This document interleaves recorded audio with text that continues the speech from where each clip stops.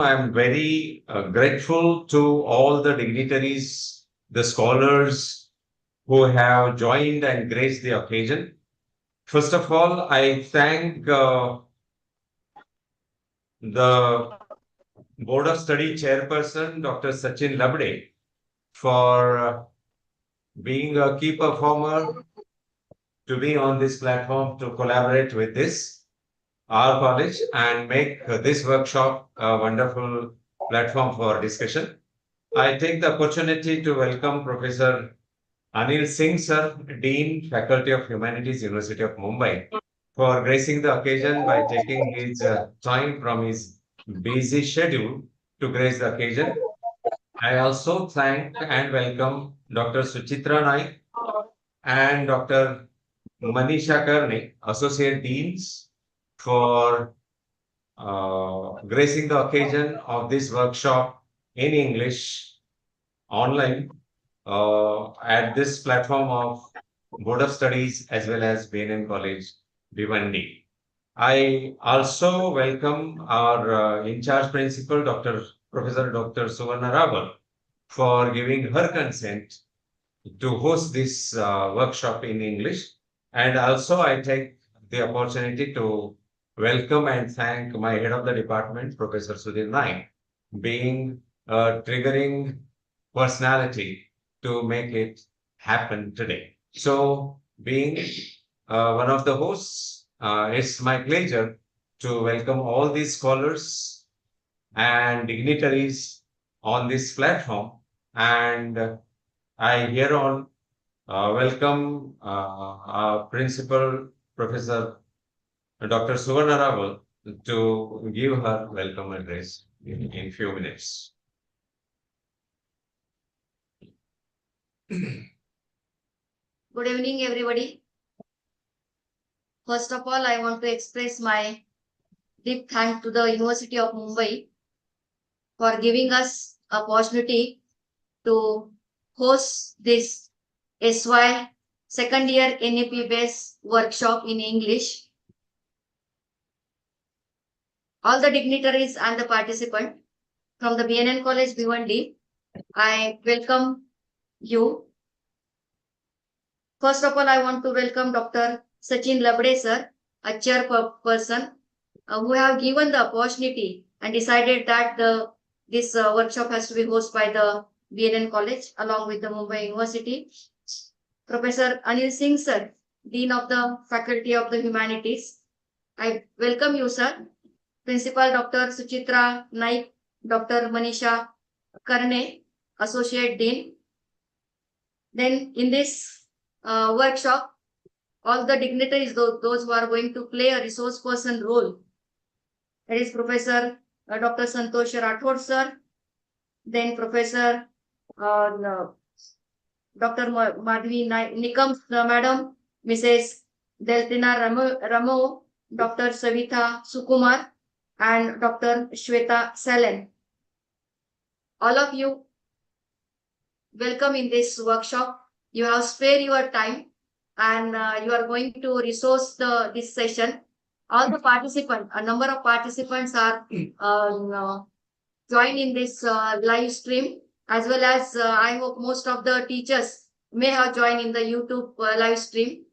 On behalf of B.N.N.College and on behalf of my management, Padma Shri Anna Sahib Jadhav, Bharati Samaj Unnati Mandal, I express my thanks and heartfelt welcome to all of you. Thank you.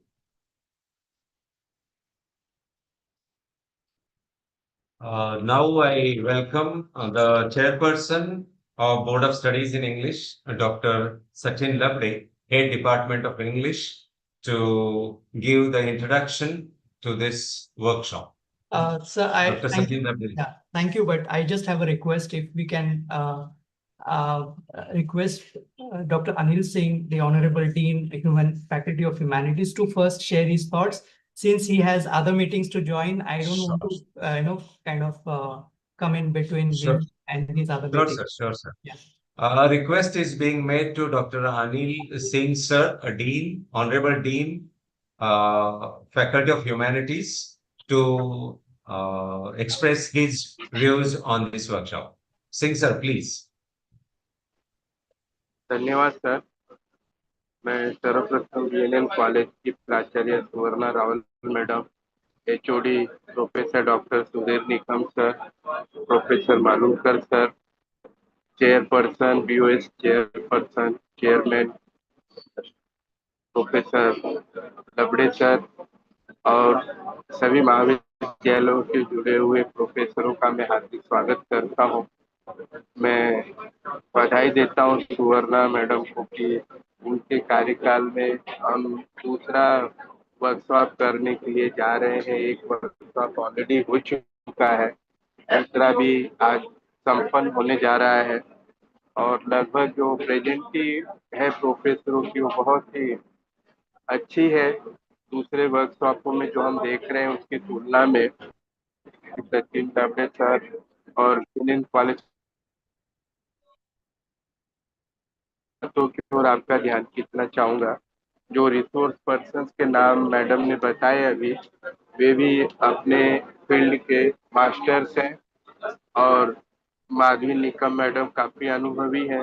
मुझे लगता है कि जहाँ ऐसे resource person जुड़ेंगे वहाँ निश्चित ही किसी भी प्रकार की कोई कठिनाई वहाँ के प्राध्यापकों को नहीं। मैं दो तीन बातों की ओर ध्यान ये खींचना चाहूंगा कि हमें सबसे पहले जो है वर्टिकल की तरफ ध्यान देना चाहिए और वर्टिकल जो 6 वर्टिकल दिए गए मेजर माइनर हुई, BSc, ACC, AEC, IKS, VEC, OGT, field project, इस वर्टिकल को लेकर के यदि हम वर्कशॉप पे चर्चा करेंगे तो मुझे पूरा विश्वास है कि किसी भी प्रकार की डाउट जो है प्रोफेसर के मन में नहीं होगी। दो बातों की ओर हमें जो ध्यान देना है, वर्टिकल और हॉरिजॉन्टल। वर्टिकल हम जब देखेंगे तो मेजर माइनर हुई और हॉरिजॉन्टल जब हम जाएंगे तो सेमेस्टर वाइज जाएंगे। तो ये चीजें क्लियर होनी चाहिए और विशेषतः ह्यूमिनिटी के अंतर्गत 3 स्कीम दिए गए हैं। M1 scheme, M1 M2 scheme 1 2 3, 3 schemes दिए गए हैं। इसलिए ये क्लियरिटी होनी चाहिए कि किस महाविद्यालय ने कौन सा स्कीम लिया है, क्योंकि कोई महाविद्यालय स्कीम 1 ले रहा है, कोई 2 ले रहा है, कोई 3 ले रहा है। तो एक कंफ्यूजन आपस में नहीं होना चाहिए, क्योंकि कई बार हम क्या करते हैं, सिलेबस एक दूसरे से मांगते हैं। मेरा सभी से रिक्वेस्ट है कि कोई भी किसी से सिलेबस मांगने की बजाय आप मुंबई यूनिवर्सिटी की वेबसाइट पर जाइए और वहाँ पर पूरे स्ट्रक्चर्स और सिलेबस और वर्टिकल्स अपलोड हो गए हैं। जो एक दो वर्टिकल्स अपलोड नहीं हुए हैं वे भी 2-4 दिन के अंतर्गत अपलोड हो जाएंगे। तो बेटर भी ये होगा कि अगर आपने आपके कॉलेज में, आपके प्रिंसिपल ने, आपके डिपार्टमेंट ने यदि स्कीम 1 लिया है तो आप स्कीम 1 के ही सिलेबस को फॉलो कीजिए, उसको मिक्स मत कीजिए। नहीं तो क्या होगा, आगे चल करके विद्यार्थी को जो है क्रेडिट को लेकर के उसको प्रॉब्लम हो सकती है। तो ये क्लियरिटी मुझे लगता है कि आपके पर्सन आपके सामने क्लियर करेंगे, क्योंकि मेजर में आप कहीं देख रहे हैं कि मतलब 2 सिलेबस आपको 4 4 ग्रेड के पढ़ाना और जिस स्कीम में 4+2 दिया गया है वहाँ पे आपको 4 ग्रेड का और 2 ग्रेड का ये पढ़ाना है आपको। और मेजर डिफरेंसेस में आज के रिसोर्स पर्सन से रिक्वेस्ट करूंगा कि BSc और ACC ये दोनों में डिफरेंस क्या है, दोनों में अंतर क्या है, ये बताना बहुत जरूरी है। हमारे बहुत से प्राध्यापक प्रोफेसर कंफ्यूज है BSc और ACC को लेकर के, तो उस दोनों के अंतर्गत क्लियरिटी होना चाहिए। BSc जो है वोकेशनल स्किल एनहांसमेंट कोर्स है, जो कि हमें एम्प्लॉयमेंट के लिए, रोजगार के लिए तैयार करता है। और ACC जो है स्किल एनहांसमेंट कोर्स है, स्टूडेंट के अंदर स्किल्स होना चाहिए। आज हम देख रहे हैं स्टूडेंट की जो बातचीत करने का तौर तरीका है तो काफी बिगड़ता जा रहा है। तो ऐसे में हमें कम्युनिकेशन स्किल की जानकारी बहुत ही अच्छे तरीके से देनी है, योगा की जानकारी देनी है, IT की जानकारी देनी है। का अर्थ मेरा ये है कि बौद्धिक एवं नैतिक विकास को सुनिश्चित करने वाले ज्ञान भंडार को हमें विद्यार्थियों को देना है। और लास्ट के वर्टिकल में जो आप देखते हैं कि इस सेमेस्टर में, 3rd सेमेस्टर में आपको जो है CC और FP 2-2 क्रेडिट का पढ़ाना है। फील्ड प्रोजेक्ट, जो प्रोफेसर फील्ड प्रोजेक्ट की जानकारी दे रहे हैं उन्होंने क्लियर कट आज यहाँ पे पूरी गाइडलाइन यूनिवर्सिटी की वेबसाइट पे अपलोड की गई है। तो फील्ड प्रोजेक्ट के बारे में आप पूरी जानकारी लीजिए, पढ़िए, उसके बाद स्टूडेंट को दीजिए, उसमें आपको पूरी दिक्कत नहीं है। और मैं BOS इंग्लिश के BOS को बधाई देता हूँ कि बोर्ड ऑफ स्टडीज ने बहुत ही अच्छे तरीके से फील्ड प्रोजेक्ट के टॉपिक्स दिए हुए हैं। उन टॉपिक्स में से आप डिसाइड करिए, स्टूडेंट को दीजिए, और उस टॉपिक्स को लेकर के विद्यार्थी जब प्रोजेक्ट करेगा, मुझे लगता है कि निश्चित ही विद्यार्थी के ज्ञान भंडार में विकास होगा, सही न्याय कर पाएंगे। मैं आप लोग अनुरोध करूंगा कि फोर्थ सेमेस्टर में CEP रखा गया है, उसकी भी गाइडलाइन यूनिवर्सिटी के वेबसाइट पे अपलोड की गई है। अगर आपको नहीं मिल रहा है तो आप मुझे बताइए, मैं आपको दे दूंगा। उसकी भी गाइडलाइन बहुत ही क्लियर दी गई है, आपको किसी को पूछने की जरूरत नहीं। अगर आप प्रॉपर तरीके से गाइडलाइन आप स्टडी करते हैं तो न तो आपको कंफ्यूजन होगा और न ही स्टूडेंट को कंफ्यूजन होगा। इन सब चीज़ों की जानकारी मुझे पूरा विश्वास है कि सुधीर निकम सर और सचिन लबड़े सर ने इन सभी वर्टिकल्स को ध्यान में रख करके प्राध्यापकों को आज इस वर्कशॉप में इनवाइट किया होगा कि वे अपनी बात रखें और हमारे मुंबई यूनिवर्सिटी के प्राध्यापकों के इस कंफ्यूजन को दूर करें। और भी अगर कोई कंफ्यूजन रह जाता है, सचिन लबड़े सर, सुधीर निकम सर बहुत ही समर्थ है, माधुरी निकम मैडम भी काफी समर्थ है, इसके बावजूद भी यदि रह जाता है तो हम सब आपको सहयोग करने के लिए तत्पर है। एक सूचना मुझे आपको देनी है कि स्कीम 3 के अंतर्गत जो कि AEC होना चाहिए, वहाँ बाय मिस्टेक जो है VEC टाइप हुआ है, उसको भी हमने एकेडमिक काउंसिल में करेक्शन कर लिया है, इसलिए अब कोई चिंता की बात नहीं है। मुझे पूरा विश्वास है कि वर्कशॉप जो है इन उद्देश्यों को लेकर के रखा गया है, निश्चित वो पूरी तरह कसौटी पर खरा उतरेगा। मैं सुधीर निकम जी को, उनके प्राचार्य जी को, उनके सभी सहयोगी प्राध्यापकों को, सचिन लबड़े जी को और जो हमारे 91 प्रोफेसर जुड़े हुए हैं उन सभी का मैं एक बार मुंबई विश्वविद्यालय की ओर से हार्दिक अभिनंदन करता हूँ और उन्हें बधाई देता हूँ कि यह सब वर्कशॉप जो है अपने पूरे ऑब्जेक्टिव को पूरा करते हुए कसौटी पर खरा उतरे। इतना ही कहकर मैं अपनी वाणी को विराम देता हूँ। धन्यवाद।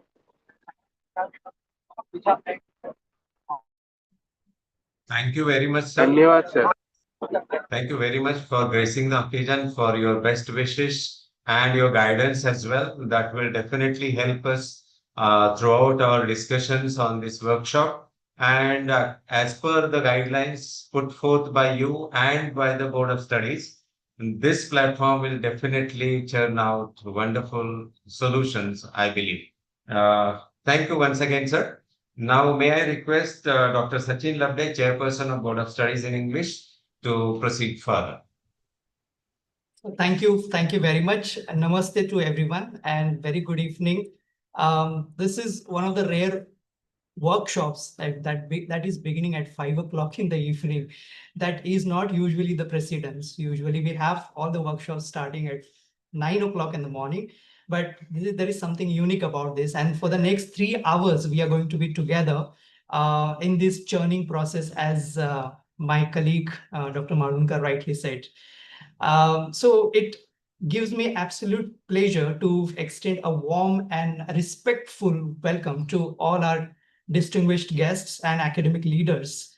To begin with, the Dean of Faculty of Humanities, Principal Dr. Anil Kumar Singh, Associate Dean Professor Dr. Manisha Karne, Associate Dean Professor Suchitra Naik, and the IC Principal of B.N.N.College, B1D, Professor Dr. Suvarna Rao, whose support and collaboration with the Board of Studies in English has made this online workshop possible. And special thanks to Dr. Sudhir Nikam for extending his support. I also extend a special welcome to all the esteemed members of the Board of Studies in English, the conveners and members of the syllabus committees, subcommittees for various verticals, and all our colleges who have joined us this evening. We are gathered today at a moment of immense academic and intellectual significance. We are privileged to be active participants in the implementation of a transformative and visionary reform, what we all know as NEP, New Education Policy 2020, which marks a paradigm shift in higher education, not only in higher education, but also in education in general in India. And under the exemplary leadership of our Honorable Vice Chancellor, Professor Dr. Ravindra Kulkarni, who has played a pioneering role in the rollout of NEP 2020 in Maharashtra, and with unwavering guidance and support of the Honorable Pro Vice Chancellor, Professor Dr. Ajay Bhamre, and our respected Dean and Associate Deans of Faculty of Humanities, we have now reached the second major phase of NEP implementation of undergraduate level program at University of Mumbai. Now, the discipline of English language and literary studies has for decades played a pivotal role in shaping the academic and professional journeys of generations of students. It is this rich legacy that present Board of Studies is privileged to carry forward with renewed vision and contemporary relevance. In line with the NEP 2020's call for a holistic, skill-based, inclusive, and value-oriented approach, the syllabus we have designed under 6 verticals represents a significant curricular transformation. And these verticals, which all of us know, but I'm just repeating, for the sake of revision, that major mandatory courses for English majors, minor courses for interdisciplinary exposure, open electives for students from other disciplines, that is commerce, management, and sciences, vocational and skill enhancement courses for English students, ability enhancement courses designed for all students across streams, and field project and community engagement courses in alignment with the policy's emphasis on experiential and contextually rooted learning. I would like to have a brief word, especially on our major and minor courses. Here, we have adopted a genre-based approach to the study of literature in English. Now, this approach not only enables the systematic introduction of learners to major facets of literary studies, such as poetry, drama, fiction, and non-fictional prose, but also makes the curriculum more inclusive and representative. Through careful selection of texts, students are exposed to a range of literary voices from diverse national, cultural, and linguistic backgrounds. We believe that this contributes significantly to developing a more nuanced, emphatic, and globally aware literary sensibilities, one that transcends linguistic and political borders. It is probably for the first time, that at least I can say, and there are other people here in the meeting, like Professor Dr. Nikam, that the Board of Studies in English has over 20 courses have been developed simultaneously in one academic year. Now, it is truly a Herculean task, honestly speaking. This monumental accomplishment has been possible only because of the dedication, scholarship, and tireless efforts of the colleagues from across various colleges affiliated to University of Mumbai, from Banda to Chanda. I mean, I'm saying not only for the sake of it, we really have representation and presentation of colleagues on our various panels from various colleges who have served on various syllabus subcommittees. Each one of them deserves our heartfelt gratitude and a resounding round of applause. I am applauding, and I believe everyone applauds for their efforts. This is just impossible a task without such a contribution. Now, we must acknowledge that designing a syllabus under a reimagined policy framework has evolved, or it involved not just, curricular changes, but a broader shift in pedagogical approaches and learning experiences. We have taken conscious efforts to align our courses outcomes with what we all know now by now, Bloom's taxonomy, ensuring that learning remains outcome oriented and pedagogically sound. Naturally, this shift necessitates a revised approach to assessment as well, one that strikes a fine balance between what we call continuous assessment or formative assessment and summative assessment. Recognizing the variety is hallmark of effective assessment, and the new syllabus offers multiple modes for evaluating student learning, ranging from written tests, assignments, to debates, presentations, group work, oral assessment, and project-based learning. Now, this diversity not only caters to the heterogeneous learning styles of our students, but also aligns with NEP's commitment to student-centric and inclusive education.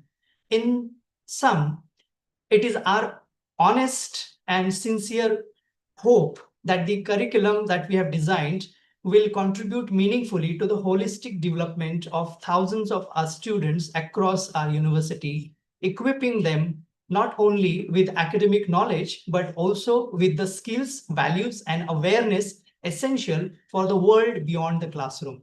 With this optimistic and forward-looking note, let us commence today's workshop. Dr. Malunkar, once again, thank you very much for a wonderful, anchoring. I mean, I wish I could have voice like you. Thank you very much. Thank you so much, sir. Thank you very much, sir.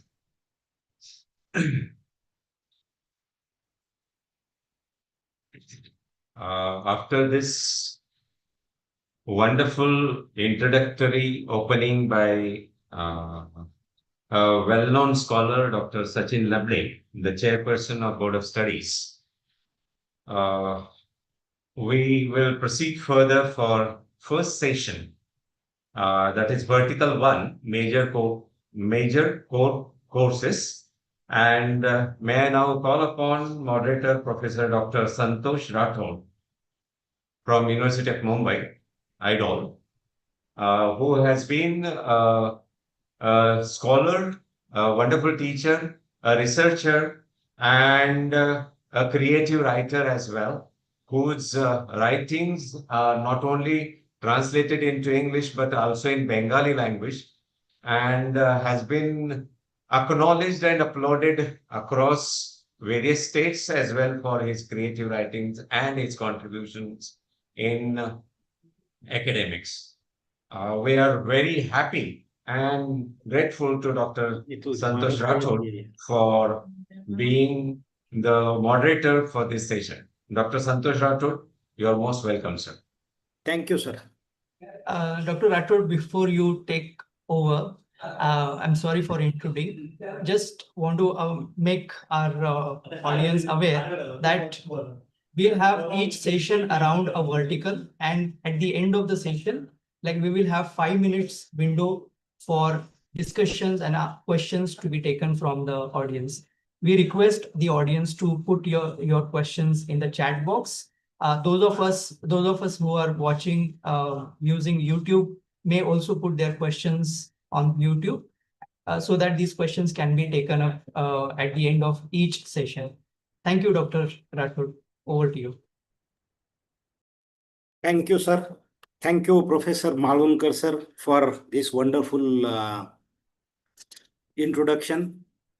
A warm welcome to all the dignitaries, distinguished gathering. Dr. Rathod, will you share the presentation or shall I ask someone else to do that? No, I'll do. Okay.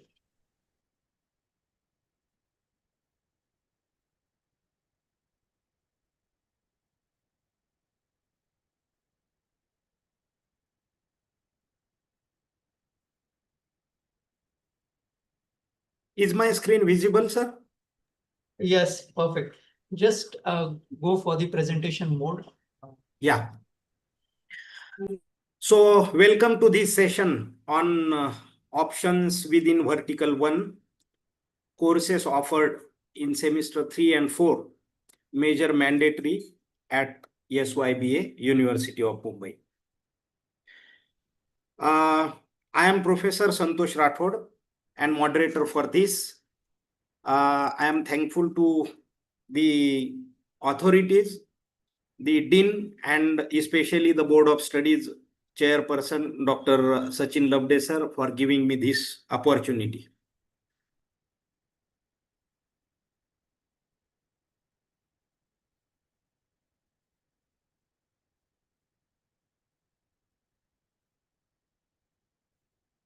We are privileged to have with us distinguished presenters who will speak on various courses under Scheme 1, Scheme 2, and Scheme 3.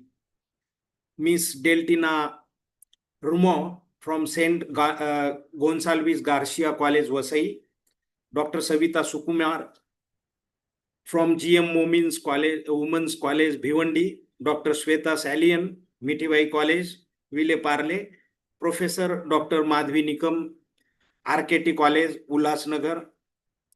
Miss Deltina and Dr. Savita will be presenting on the courses offered in semester 3 of SYBA, while Dr. Sweta and Professor Madhvi will speak on semester 4 courses. Without further much ado, let me begin with an overview of Vertical 1, which includes major and minor core courses in English. This vertical offers both 2 credit and 4 credit courses. They are carefully curated and designed to provide genre-specific exposure across semesters while accommodating the credit and curricular requirements of different schemes. Let us now take a moment to reflect on the depth and scope of English courses offered at SYBA under Vertical 1 across all 3 schemes and both semesters. These courses are designed for students with genuine interest in English language and literature. These courses provide a strong academic foundation, offering in-depth specialization that prepares students for higher education, be it postgraduate studies in English, interdisciplinary research, or even doctoral programs in future. In essence, these courses serve as a bridge between undergraduate learning and future academic and research excellence. One of the greatest strengths of English curriculum is its continuity and coherence across semesters. It builds upon the foundation established in FYBA semester 1 and 2, where students learn or they were introduced to key genres and concepts in English studies. This academic progression continues into semester 3 and 4 through a genre-based approach, focusing on drama, poetry, and novel. As students move forward into semester 5 and 6, the syllabus enables deeper academic engagement and enhances their critical thinking, analytical abilities essential for postgraduate education. The curriculum thus ensures a seamless and structured academic journey from the foundation to the advanced level. Now I invite Ms. Deltina Rumo to present on the course titled Introduction to Literatures in English, Drama 1 as a minor course for Scheme 2 in semester 3. Deltina. Sir, just a little correction. Yeah.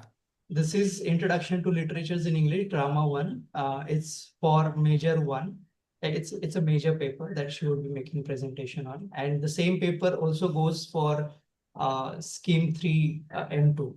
So that's why you may have mentioned that. But she is doing the presentation on that. Yeah, Deltina, are you here?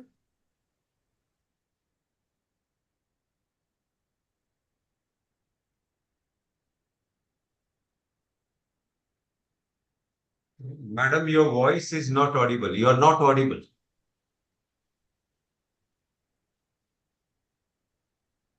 We can't hear you.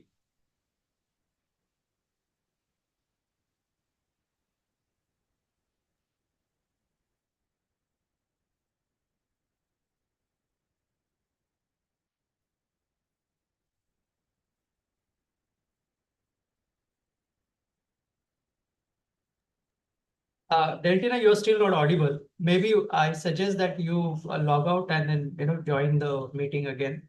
That might help.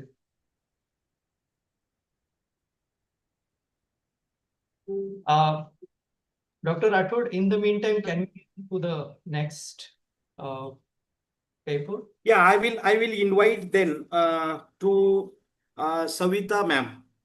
Yes. Just move the slide to the next paper.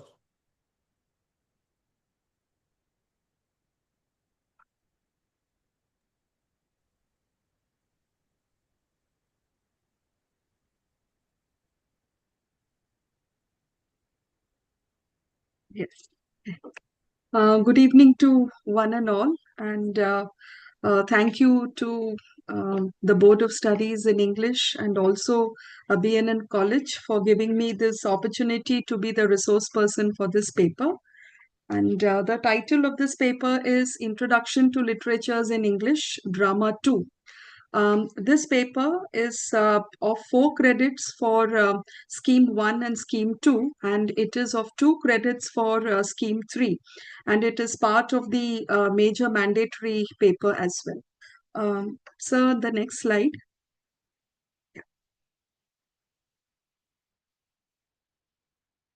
Yes, so this paper actually, as we know, is on drama and it is a genre-based paper, and it complements the major, that is M1 paper, that is Introduction to Literatures in English, Drama 1. So when we look at this paper, and when we were thinking about the syllabus of this paper, we realized that this drama 2 and drama 1 should actually go together so that the student learners get a very comprehensive picture of drama as a genre, right from the origins, the beginnings, as well as to what it is in the contemporary perspective. Secondly, we also wanted to expose the student learners to drama as a universal concept with reference to different nations, regions, and the cultural backgrounds as well. So, the modules that have been selected and the plays that have been selected are very much keeping in mind with not only the Western craft, but most importantly, the Indian craft as well. And since now in the first year, the students are also exposed to a compulsory paper of Indian knowledge system, that is IKS, it is important that we once again revisit and also restructure our heritage and our cultural background towards understanding of literature as well.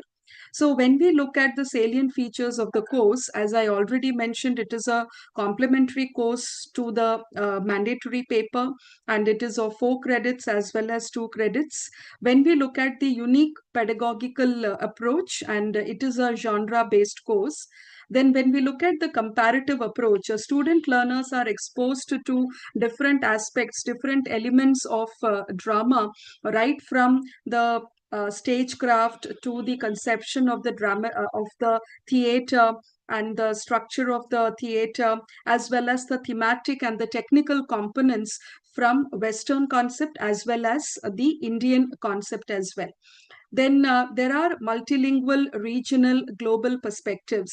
So the course incorporates elements and aspects of theater in classical Greek and Indian tradition. So we have deliberately included a component of Natya Shastra with respect to elements that relate to drama, especially with the stagecraft, with the structure of the stage, also the different kinds of natakas and the bhava and the rasa theory, as well as Greek, especially with reference to Aristotle and the conception of tragedy and the elements of tragedy.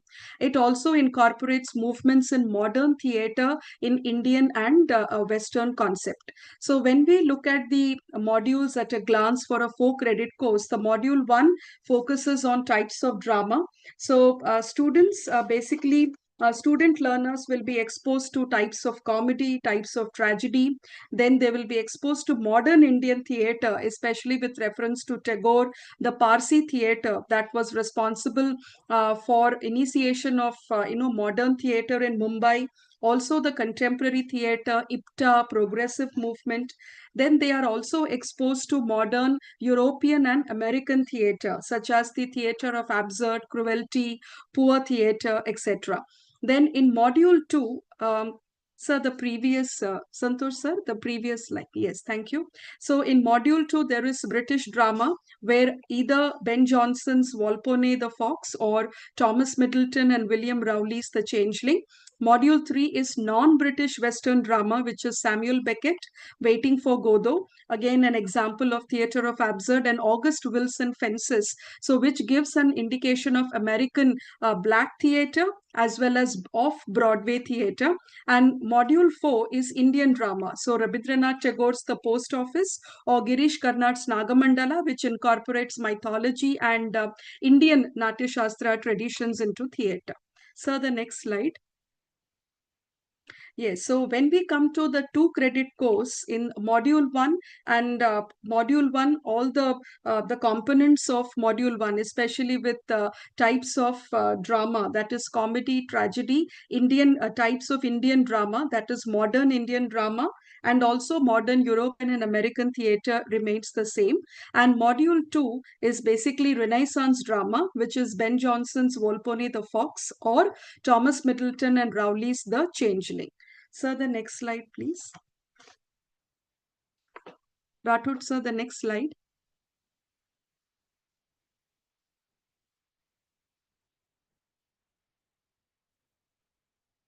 Yeah, can we go to the next slide? Okay. Now, the next slide actually focuses on the evaluation.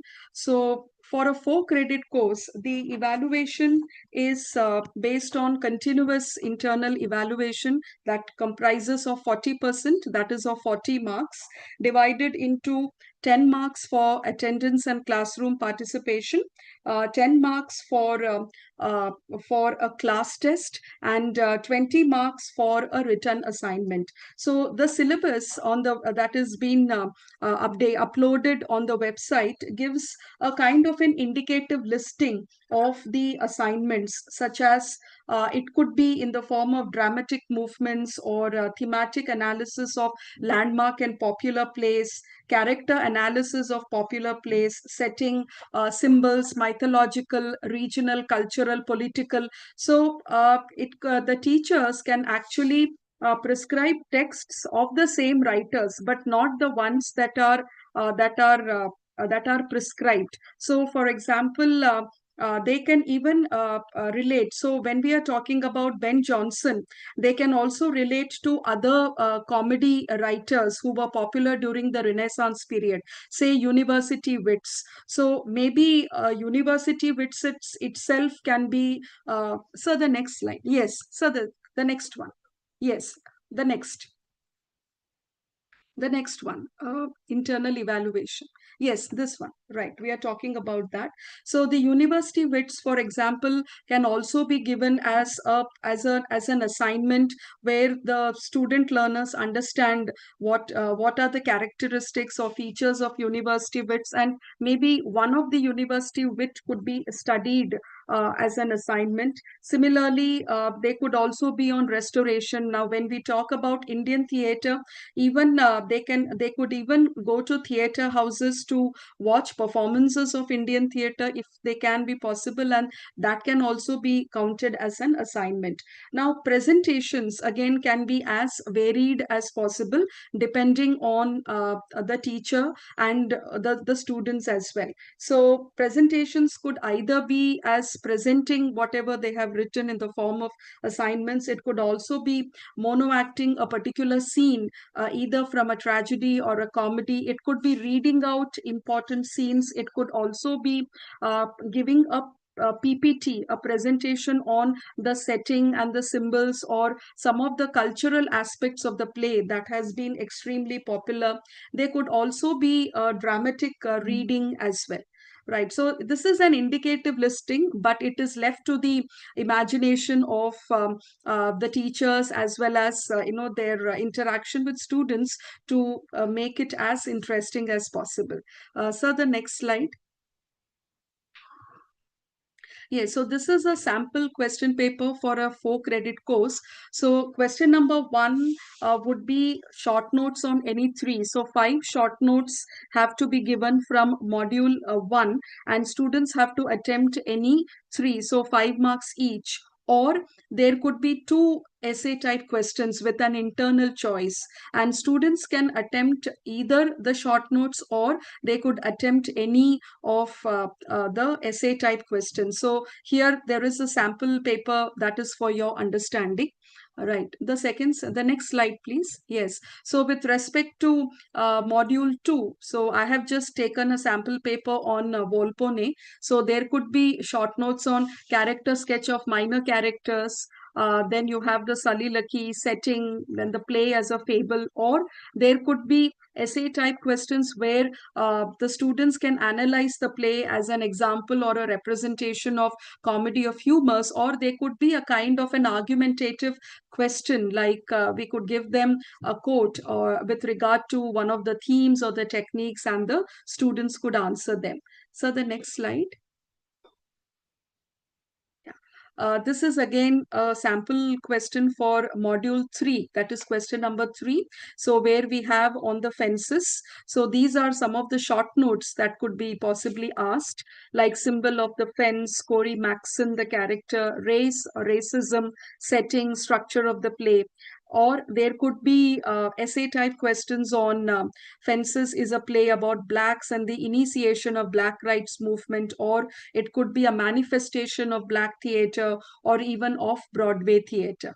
So next slide, please. Yes, this is the question number 4. So we have write short notes on any 3. I've taken Nagamandala. So it could be the symbolism in Nagamandala, the character sketch of Aparna, the snake who takes on the role of Aparna, ending, male chauvinism, identity crisis, or we could have broad-based essay type questions on how does Girish Karnad weave mythology and folklore in his interpretation of Nagamandala, or Rani in Nagamandala stands as a subversion of patriarchy and male domination? Explain. So these could be the questions that could be possibly prepared on this paper. Right. So the next slide.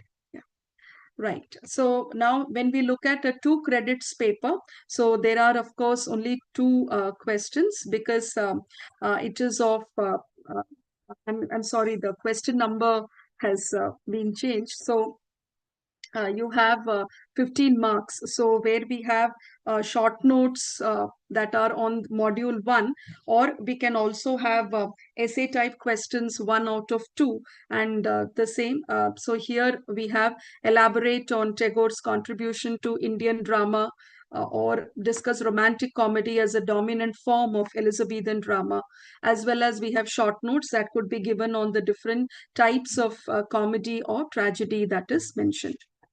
So the next slide, please. Yes, so here I've taken it on Changeling. So this could be the short notes on Changeling, like Alcimero's character, theme of justice, appropriateness of the title.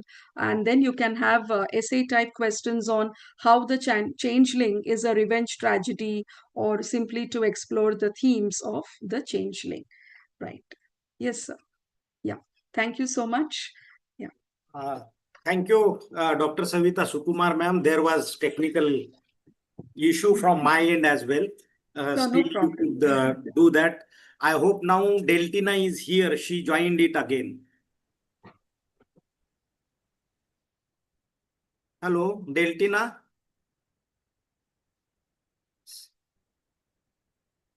No, you unmute yourself first.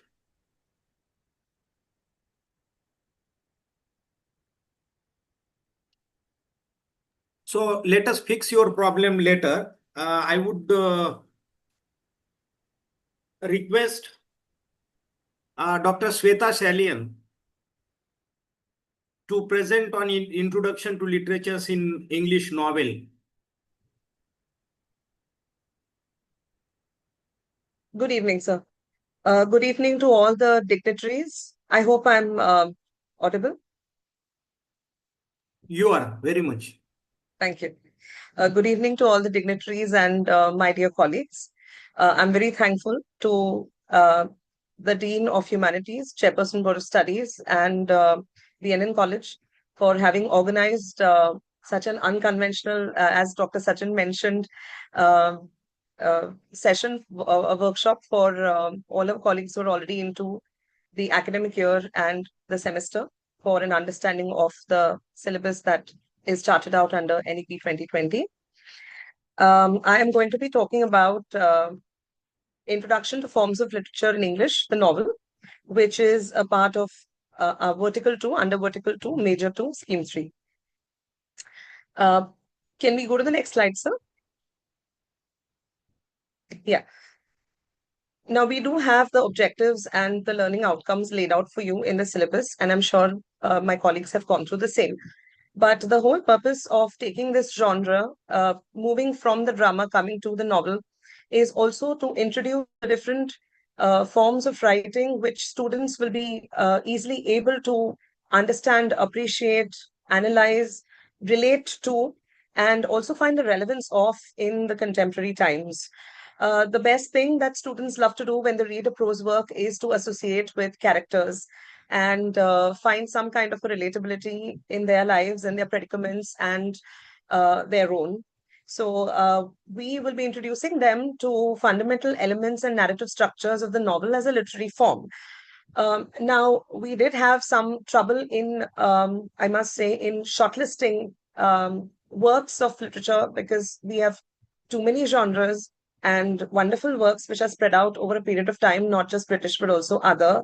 But we felt as a team that we must restrict ourselves to the exemplary ones. And also, students should be able to connect with what's written and be able to appreciate the same. So we have shortlisted, if you see the modules, we have shortlisted works in accordance with, the contribution of the writer and the work to literature, as well as the, relatability of the student towards the work.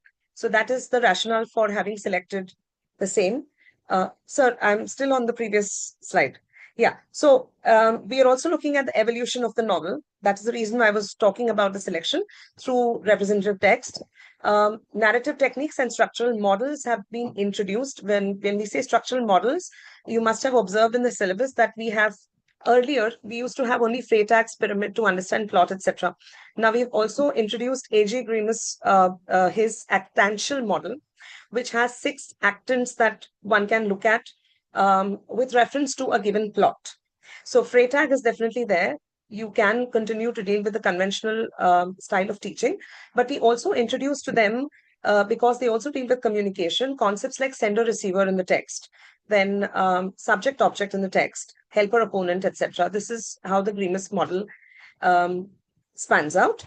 And then we've also introduced Norman Friedman's narratology, or rather narrative techniques, where there are 6 types of plots. So plots which are action-based, pathetic, tragic, punitive, sentimental, and which also have admiration.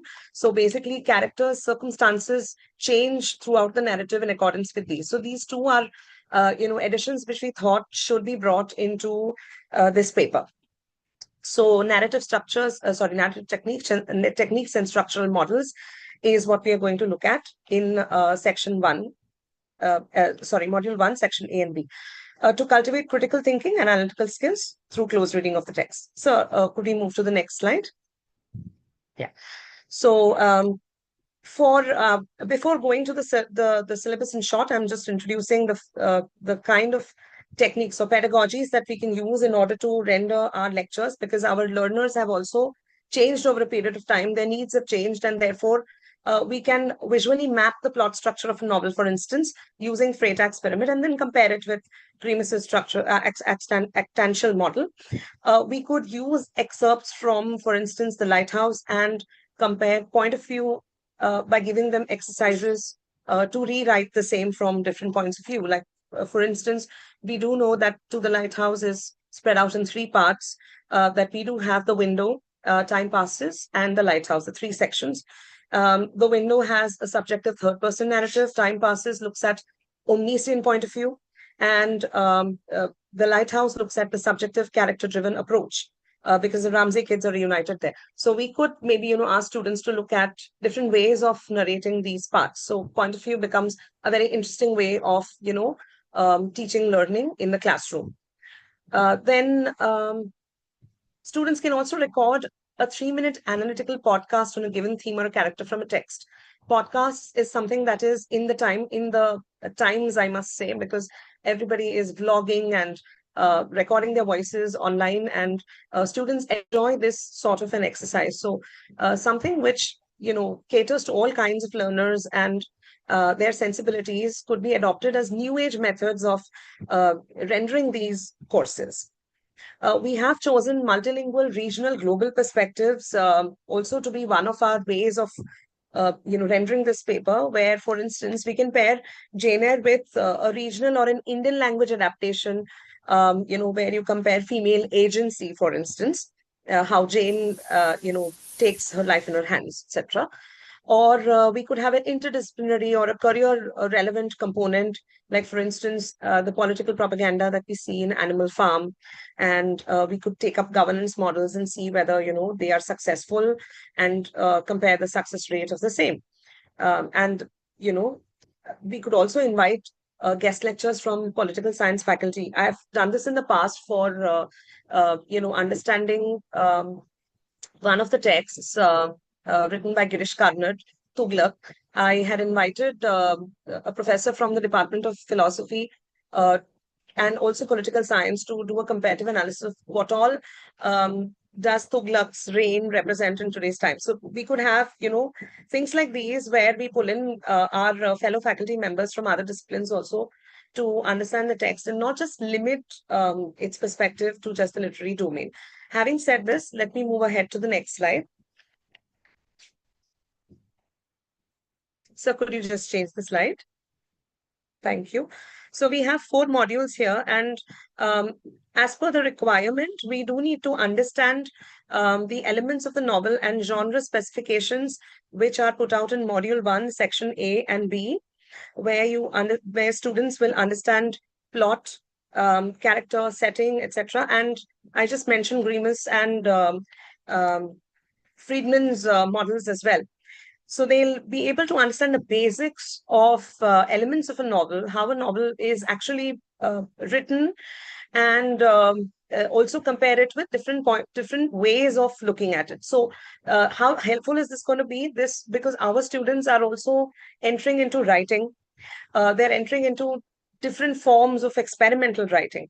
And therefore, I think that we must introduce them not just from the point of view of reader response, but also actively they becoming writers as well, to understand how a plot is, prepared, constructed, and how different it is from a summary, etc., etc. So we have elements of a novel and genre specifications that happen in module 1 under section A and B.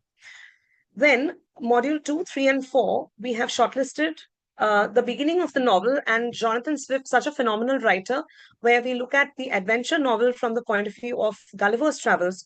Gulliver being the representative of England, and the entire, escapades or, the exploration that he enters into being representative of colonial expansion. So we took that up, and in option to the same, we've given The Life and Opinions of Tristram Shandy by Lawrence Sterne, which is a picaresque novel, where again we do have the first person point of view, where he is trying to talk, Tristram is trying to talk about his own life from his own perspective. Then we do have module 3, where we look at the Victorian novel, and we have 2 different phenomenal texts again, which are representative of the period, with Charlotte Bronte, who's written Jane Eyre, where we are looking at what's interesting is 2 novels which are a Bildungsroman, but Jane Eyre is from a feminist perspective. So how do the students look at the point of view of coming of age, keeping in mind a female perspective as well as a male perspective? That is the reason why we took up these 2 texts. And also that Bronte and Dickens are both, again, representative writers of the period. So when we look at Jane Eyre, we could talk about how Jane as a character, stands for female agency. I just mentioned that. And also, decides to take up her own life in her hands and make it. So we could, discuss with students what kind of, resilience that's portrayed in her character, her decisions, whether to marry or not to marry Mr. Rochester at the first instance, to call up the marriage and stuff like that. And not to mention the connections that we make with the madwoman in the attic, with her Mason's character and stuff. So all that can be covered with the SY students with 1 text. David Copperfield, we look at Charles Dickens as a writer. We do know that he's had quite a contribution when it comes to writing about the orphan, writing about the experience of a boy who's growing up and understanding his environment. We could compare this text with other works of his like Great Expectations, Oliver Twist, etc., and see how David Copperfield, it's not just a Bildungsroman, but it's also a Künstler Roman, where, he takes up a profession as a writer towards the end. So not very successful in his personal life, but ultimately he ends up, gaining a balance. And our students are right now into internships. And sir, I think you're moving ahead. I'm still on the slide. They're asked to do internships, and I think a Künstler Roman would be a very good way of introducing relevance of this novel in today's time, the struggle and the hardships that a character goes through. The final module, Animal Farm by George Orwell. I just mentioned that a political satire. We could have different perspectives and discussions in a classroom. And when it comes to The Lighthouse by Virginia Woolf, which is a stream of consciousness novel, we could look at different points of view through the same. So these novels can be utilized to, give relevance to students of replacing themselves in the garb of the protagonists and looking at the novel and the structure and stuff like that. Moving on to the next slide, we look at assessment, scheme of assessment and evaluation, where we have the 60-40 pattern, and I just have 60 marks are reserved for. Sorry to interrupt you, but just Yes. request if you could speed up a bit. Yes, I'm done. I'm just talking about the questions and that's it. Yeah, so thank some you. sample questions that we've laid out, and we've also given a Word document which will be handed out to you all. So some examples. So yes, so looking at the 4 questions, 15 marks each, divided into A and B, which is very suitable for any kind of learner, because every question has the A part as short notes and the B part as long questions, which is very convenient for the students and the learners basically to choose their type of response. So if a person is very comfortable with writing short answers, they would go for short notes. Person is very comfortable for elaborating and going for long answers, they could go for the longer questions. So catering to different types of learners. So for instance, we could talk about plot, round characters, picaresque novel, or we could even give a comparison. Since there are 5 short notes, we could give 1 or 2, as Grimus's model or, Norman Friedman's model. The long question could be write a note on the elements in a novel, or compare and contrast epistolary and stream of consciousness novel with examples. We could ask them to illustrate other examples and stuff like that. Question 2, satirical elements in Gulliver's Travels, or narrative digressions in Tristram Shandy, although it is first-person perspective. Many a times there are digressions. Use of allegory in early English novels, travel and exploration as narrative tropes. Could we go to the next slide, sir? Okay. The longer questions would be analyze Gulliver's Travels as an adventure novel, or discuss the experimental narrative structure of Tristram Shandy and its contribution to the evolution of the novel. Question 3, which is based on module 3, would have questions on Jane Eyre and David Copperfield based on the Bildungsroman elements in the novel, social criticism in David Copperfield, role of minor characters in Victorian novels, and how do they contribute, the minor as in the secondary and the tertiary characters, how do they contribute to the development of the novel? A theme of self-discovery in Jane Eyre or autobiographical elements in David Copperfield. Moving on to the longer questions, we could look at how Bronte explores gender and class in Jane Eyre, and the Victorian values reflected in David Copperfield. Could we move to the next slide, sir? Yeah. Module 4, the short notes could be political allegory in Animal Farm, role of time and memory into the lighthouse, stream of consciousness as a narrative device per se, and symbolism into the lighthouse, or the representation of power in Animal Farm. Longer questions could be significance of narrative structure into the lighthouse, and how Orwell uses fable and allegory to critique political ideologies in Animal Farm. There are too many methods of going ahead with Animal Farm, and therefore these could be some representative questions. For your 40 marks internals, you could give numerous assignments. I've already spoken about the pedagogies, and you could use some of them. Some of the for the 20 markers, you could give them good engagement, and for the 10 markers, you could maybe just model those questions on the existing modules. So yeah, that is all from my side. Thank you so much for allowing me to Thank you. extend it. Thank you. In continuation with that, now Am I audible now? I'll call upon Deltina. Dr. Now Santosh, am I audible? Deltina, now what we will do is, instead we will finish the novel part, semester Okay, 4. okay, sir. So Okay, sir, I you just will be wanted to doing check if I'm thereafter. audible. Yeah, now you are audible. May I now call upon Professor Dr. Madhvi Nikam ma'am to give her presentation on the introduction to literatures in English, novel 2, credit 4 and credit 2 courses. Yeah, thank you so much, Rathod sir. Dr. Nikam, just a minute. I just have a request to all the presenters that we have set a limit of 5 minutes for one paper and 10 minutes for two papers. So let us respect that limit and make our presentation within that, so that we can complete all the presentations within the given time frame. Since we are online, that has that brings certain limits to the audience attendance and also our ability to connect with the audience. So that is a request to all the presenters. Moderators, please make sure that the presenters finish within the given time. Thank you. Yeah, thank you so much, Rathod sir and Sachin sir. Honorable Dean, Faculty of Humanities, Anil Singh sir.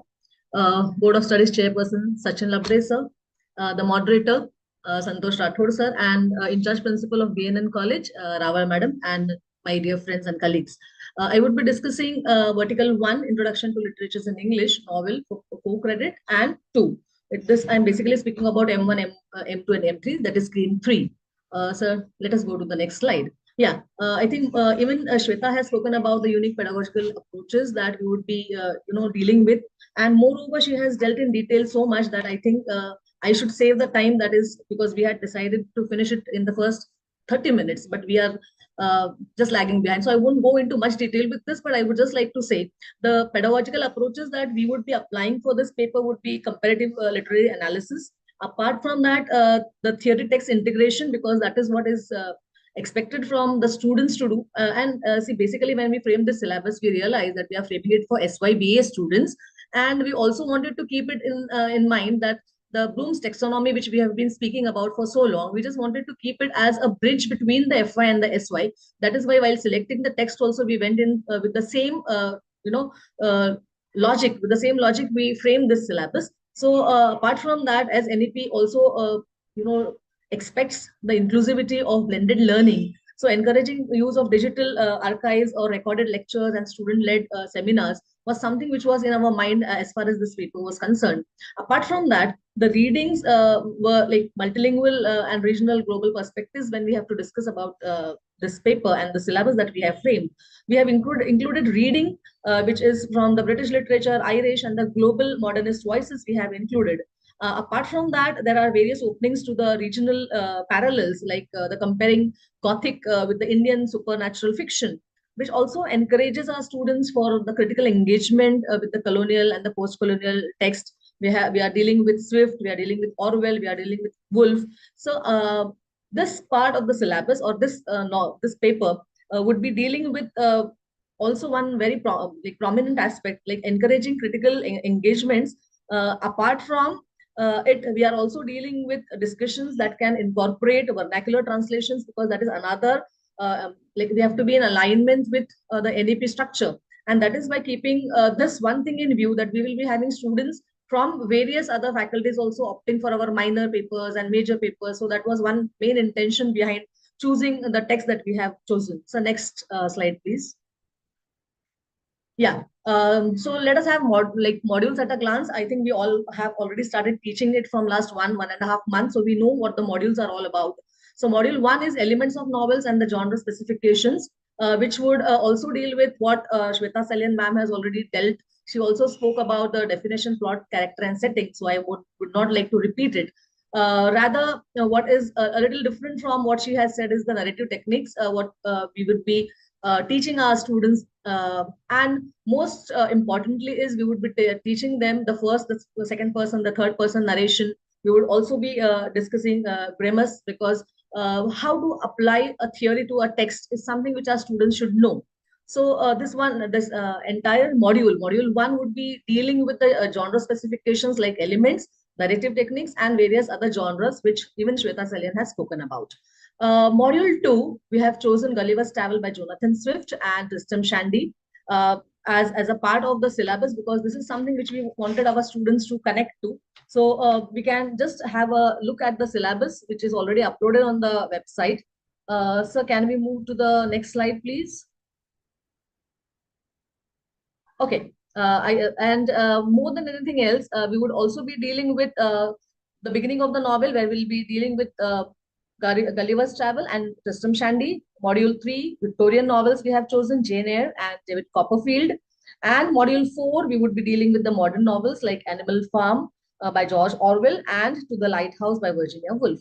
Now, in this introduction to literature, the form, and basically novel as a form, when we were discussing it, the basic aim behind choosing this text was this paper should explore the evolution of novel from its origin to the modernist innovations. Apart from that, students should be familiar with the plot, character, setting, along with understanding the various genres and critical readings of the classic text. The course also tried to integrate, elements of novel with historical context to deepen the analytical and the interpretive skills of the students.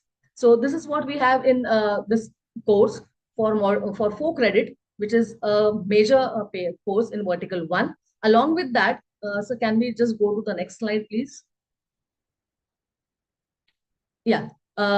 If we have to deal with the other paper of 2 credits, origin and development of novel again. This paper 4+2, because M1, M2, M3 scheme, like scheme 1, scheme 2, scheme 3, if we have to talk. In scheme 3, we have 4 credit plus 2 credit paper, same introduction to novel 1 and introduction to novel 2. So this is introduction to novel 2, where we have 2 modules. In module 1, we would be discussing with the students, teaching them, making them learn the origin and development of novel, which would deal with the rise of English novel, Victorian age novel, Romantic age novel, and the other novels which are, we thought, could be of great help to them as far as the NET examinations are concerned. Keeping in view all these perspectives, we have chosen out of the ocean, we have chosen a few which really would guide them and help them to clear those examinations in future if they want to. So module 1 deal with all origin and the development of novel. Module 2, we have given them 4 novels, out of which they can teach any one. So Robinson Crusoe, Dracula, The Guide, and Chotu, A Tale of Partition and Love by Bharat Gupta and Ayushi Rastogi were selected, keeping in mind the traditional and the contemporary, an amalgamation of both, so that students should know what they really are going to have in TY as well, because this would SY would be a class which would take them into progression to TY. So that was the basic aim of choosing these texts. Next slide, please, sir. Yeah, internal evaluation and external evaluation. I think we have dealt with two till now, so I did not go into detail. And the Board of Studies has also assured that this slides would be shared with all the participants. So a question paper has already been set for you all. Sample questions have been set for you all on both the papers for credit 4 as well as credit 2. So you may have a look at it. In case if you have any doubts or anything you would like to share with us, you can definitely share even after this workshop. So if you feel, you can just show the question paper sample, or we can move ahead to the next presenter, and just be going ahead, moving ahead, and finishing as we have decided the stipulated time frame. I think I have taken more than 7-8 minutes. So do's and don'ts and how to go with the internal, what are our expectations, this has been already discussed. So let me propose my vote of thanks. Thanks to the moderator and to the Board of Studies chairperson and everyone who has worked relentlessly for this workshop. Thank you so much. Thank you. Thank you, madam. Now we will finally go to Deltina. Okay, I'm audible, I guess now. Yeah, I'm now audible. you are. Okay, finally. Good evening, everyone, and I'm delighted to be joining you virtually today. Without any further delay, I begin my presentation. So please screen previous slide. Okay. As you all know, the title of my paper is Introduction to Literature in English, Drama 1. Next slide. A brief overview of the course. This course is designed to introduce students to significant forms of drama by Deltina, studying stay closer to your mic. Stay closer to your mic. Okay. This course is designed to introduce students to significant forms of drama by studying selected plays from both Indian and Western traditions. We'll be looking at different types of drama, starting with plays written and performed in India. We will also explore various Western plays, which will give learners a broader understanding of drama across cultures. And finally, by the end of this course, learners should feel confident enough to read or watch a play and then write a thoughtful review about it. This course carries 4 credits, with each credit representing 15 hours of theory over the semester. That means total 60 hours is allotted for the entire course. In terms of evaluation, the course is marked out of 100, which includes both internal and external. So next slide, please. Next slide. Oh, no, previous slide.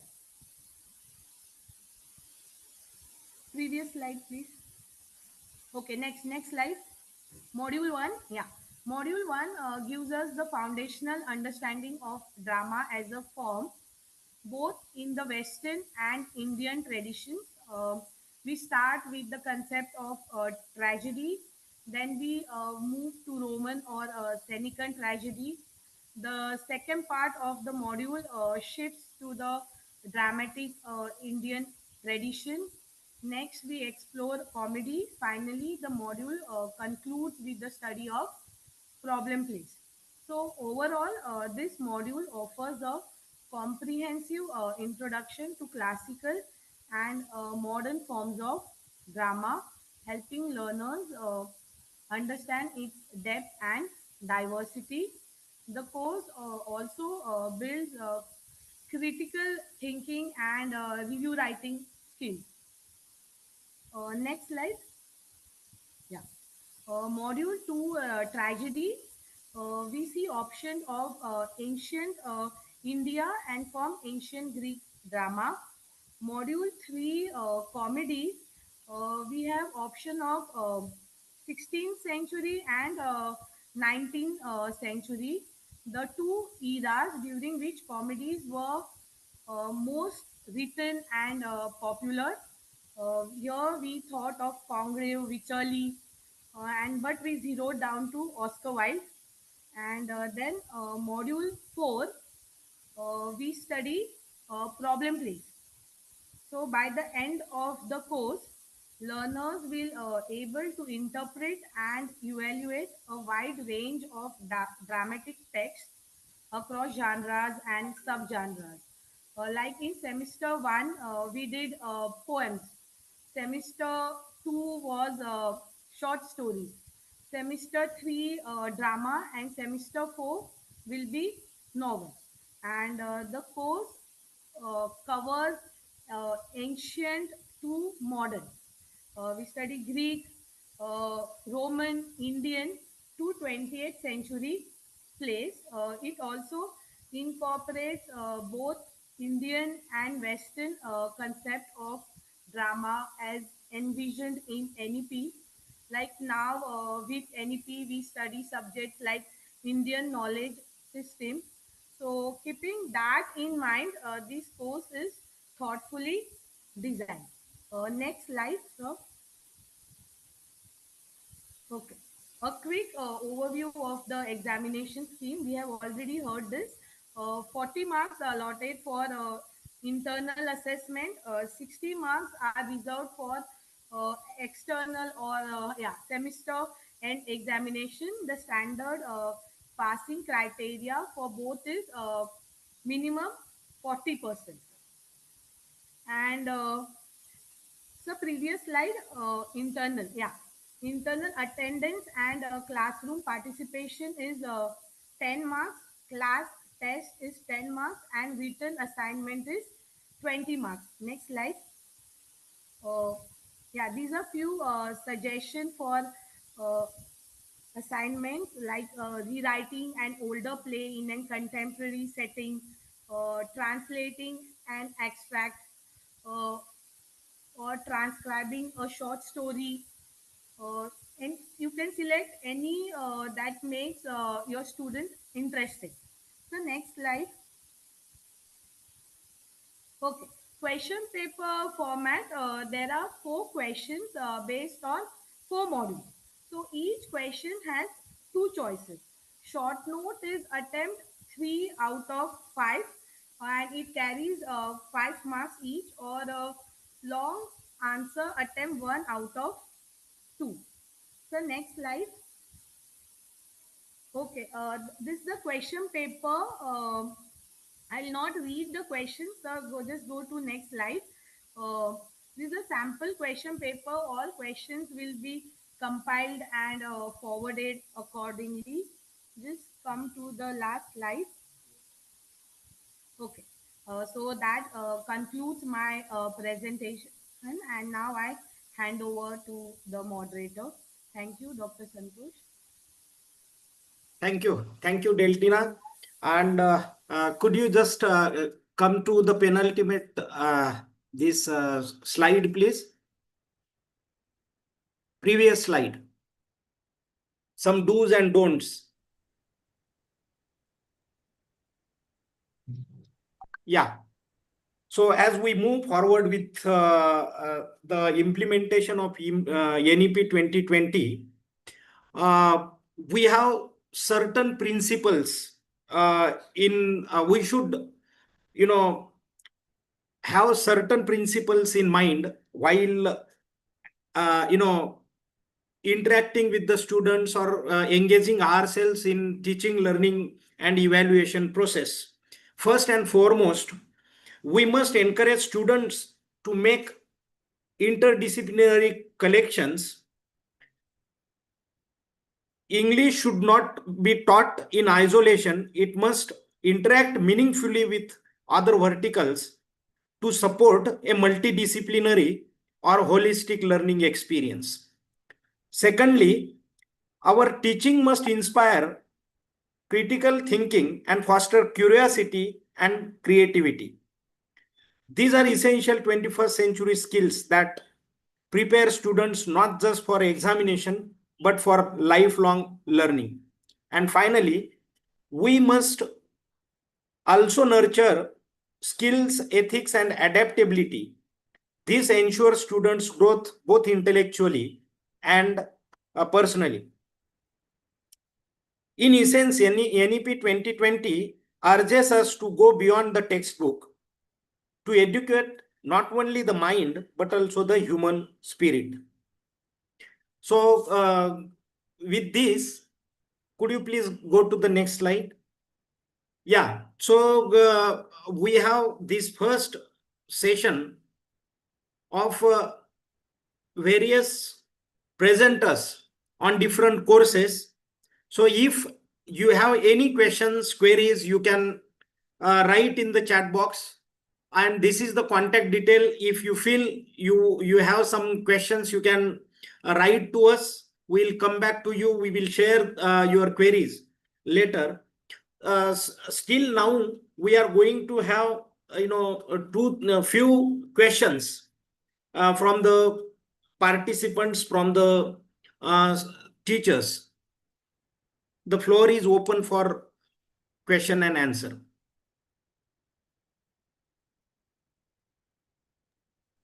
Shubham, please check if there are any questions on YouTube from the audience. And you can share those questions with Dr. Santosh Rathod.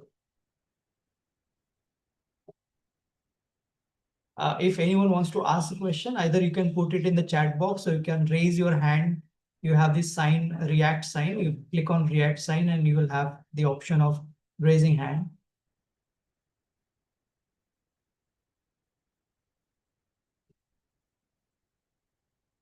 Okay, we believe that there are no questions. Yeah.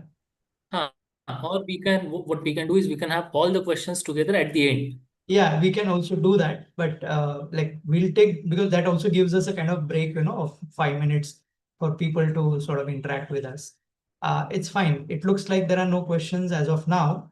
But as Dr. Rathod said that he has already shared his email ID with you. In case you have any questions, please feel free to ask your questions to us through him.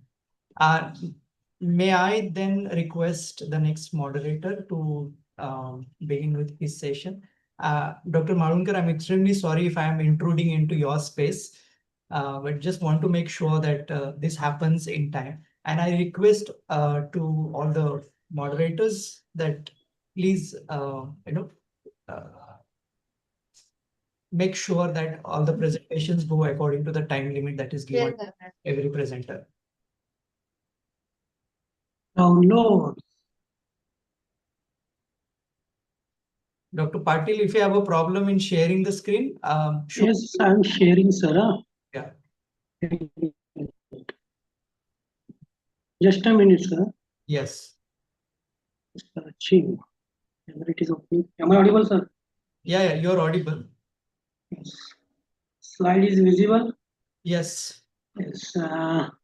After this first session, I welcome all of you and good evening to all.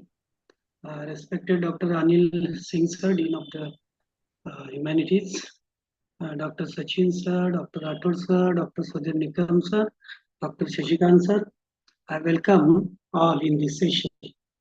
As first session has dealt with major papers, and some of the major courses have been introduced as minor courses. So more than half of the work is done in first session. So you need not worry regarding the time and time limit. There are only two presenters in this session, and they will present especially scheme 1 in this session. First one is Dr. Kailash Aute sir from CHM College, who is Professor of English. Dr. Rajesh Mali from ACS College, Lanja. Okay. Next slide. We have 3 schemes in existence in the University of Mumbai for the students. In the scheme 1, we have minor papers, Introduction to Forms of Literature, Poetry. That will be dealt by Aute sir. Next one is Introduction to Forms of Literature Drama. In Scheme 2, we have Introduction to Forms of Literature Drama. Presentation is over in first session. Introduction to Forms of Literature Novel, which is in semester 4. In Scheme 2, which is also explained in session 1. And in Scheme 3, we have Introduction to Forms of Literature Drama. Available in vertical 1 and 4 basket of university. Keep in mind this, you are searching in minor. This is a change. Introduction to Forms of Literature Drama available in vertical 1 and 4 basket as Scheme 3 Major 2. Okay. And second one is Introduction to Forms of Literature, which will be studied in semester 4. Available in vertical 1 and 4 again as Scheme 3 Major 2. So these major subjects are of immense importance because students can pursue their PG in English and even do PhD in English if they have minor. This is what UGC is going to introduce. Depth and scope of the courses are Introduction to Basic Aspects, Elements of Literary Genres prescribed as these courses are for the second year of graduation. And focus is on thematic, critical, creative, and linguistic competencies of students who have these courses. As far as curriculum continuity is concerned, introduction of different genres than the first year courses to equip students with more genres of literature. They will be made more familiar with forms of literature which are different from FYBA courses.